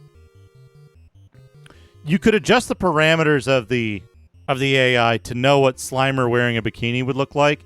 It might negatively impact other things. DALL-E Mini, which the Cryon uses, the Cryon backend is, DALL-E Mini is trained with a relatively small corpus for a relatively short amount of time. This is a kind of like AI, it's neural network image generation that most computers could do, like desktop computers could do. It's not something that's relegated to like huge server farms with terabytes of memory.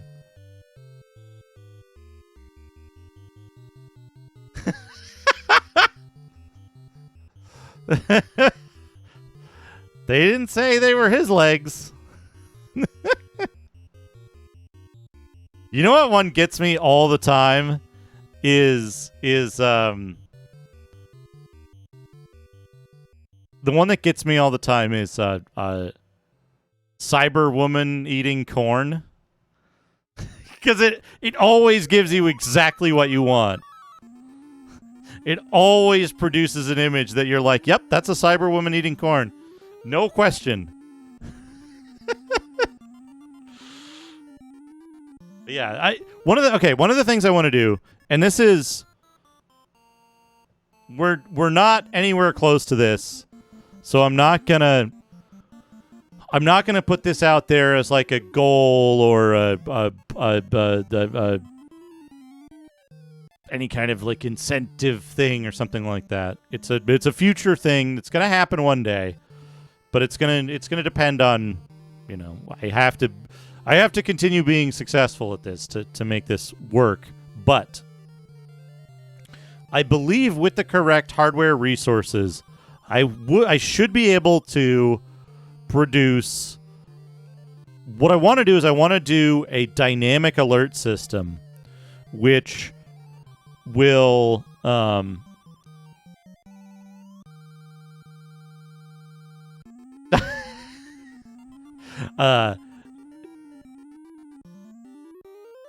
which will when that was I think that was Dorky on TV had access to that. It's in the Discord, it's in the neural zone.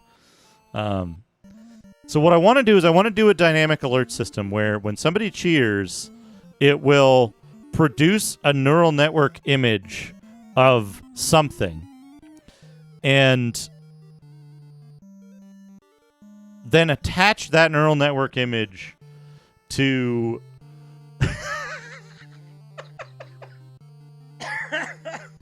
Slimer on stilts. It'll produce a neural network image based on something from one of the other neural network outputs, right? So like what I want to do is I'll kind of chart it out here. Do I have space on here? Yes, I have. So what I want to do is like, say we've got the bag, right? We've got the bag, and the bag has items in it.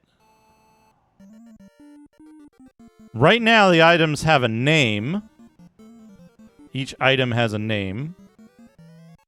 And then also, I want the items to have an image. And so what I'd like to do is I'd like to have it so that, like, whenever somebody cheers, assuming we don't get these weirdo fucking GPU problems like today, whenever somebody cheers, they're like various tiers of cheering and subs and all the different stuff. There'll be some setup where like each thing you do is contributes to a pool of options here where it'll generate an image from the name of an item in the bag and then attach that image to the item's entry in the bag so that later you can see like, oh, here's all the items in the bag of holding, and here's the images or here's the ones that have images. Maybe that'll be like a channel point thing. Is you can look through. You can go to the image version of the bag, the book, or the bestiary, right? So if we want to know what if we want to know what danglies are, it'll send a thing to the image generator saying, like, generate, like an image of a fantasy monster named Dangly, right? I would say more like there would be open the bag of holding, you see the items in it, but there would also be a look at an item from the bag of holding, and it would temporarily switch to show you a random item from the bag of holding itself, right? Some of these some of these, like babies worms, we might not want to make images for, so I would have to do some manual labor to sort out which ones are not eligible. Which ones are not eligible as image generators. Anyway, I'm going to wrap up. I think that when we come back next Sunday, we come back to Dune 2. We're going to do House Ordos.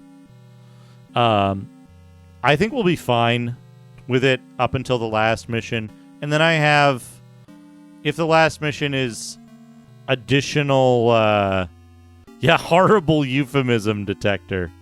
That would be good. If the last mission is a problem, we'll just break out Game Wizard again and give ourselves infinite money. So I don't think it'll be a problem.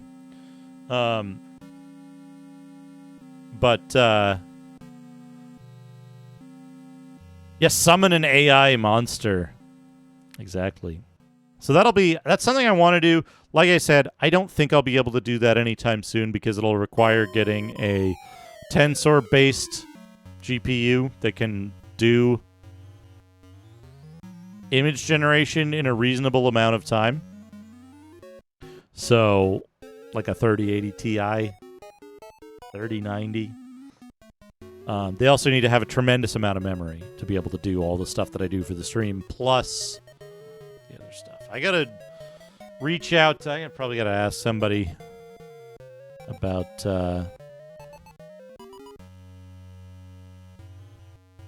I'd ask somebody about why the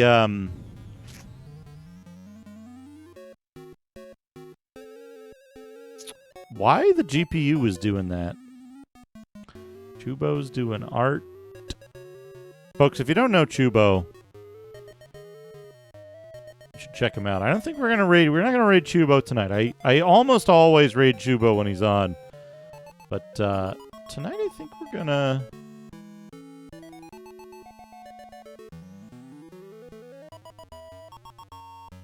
let's raid Zofar, I think. Let's raid Zofar. I haven't raided Zofar in a while. And it's that Zofar. Yes, that Zofar. Anyway, let's get the ending music up. Thank you so much, everybody. Sorry for all the trouble with this stream today. I don't know what was what, but like I said, I'm going to have a busy Monday or Tuesday, but I intend to stream a lot next week. We're going to be finishing Fable, probably. I got to do the Big Brain Prison. Yeah, that would be good. I got to do the Big Brain Prison segment of Fable, which is going to be... I got to gird my loins for that, as they say.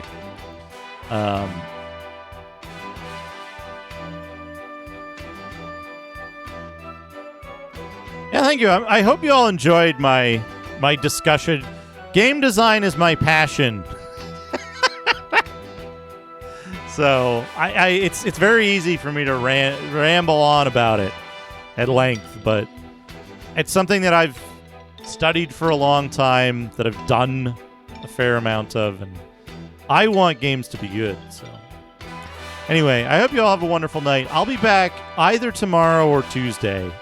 And if I'm back tomorrow, I won't be back Tuesday. We'll see. We're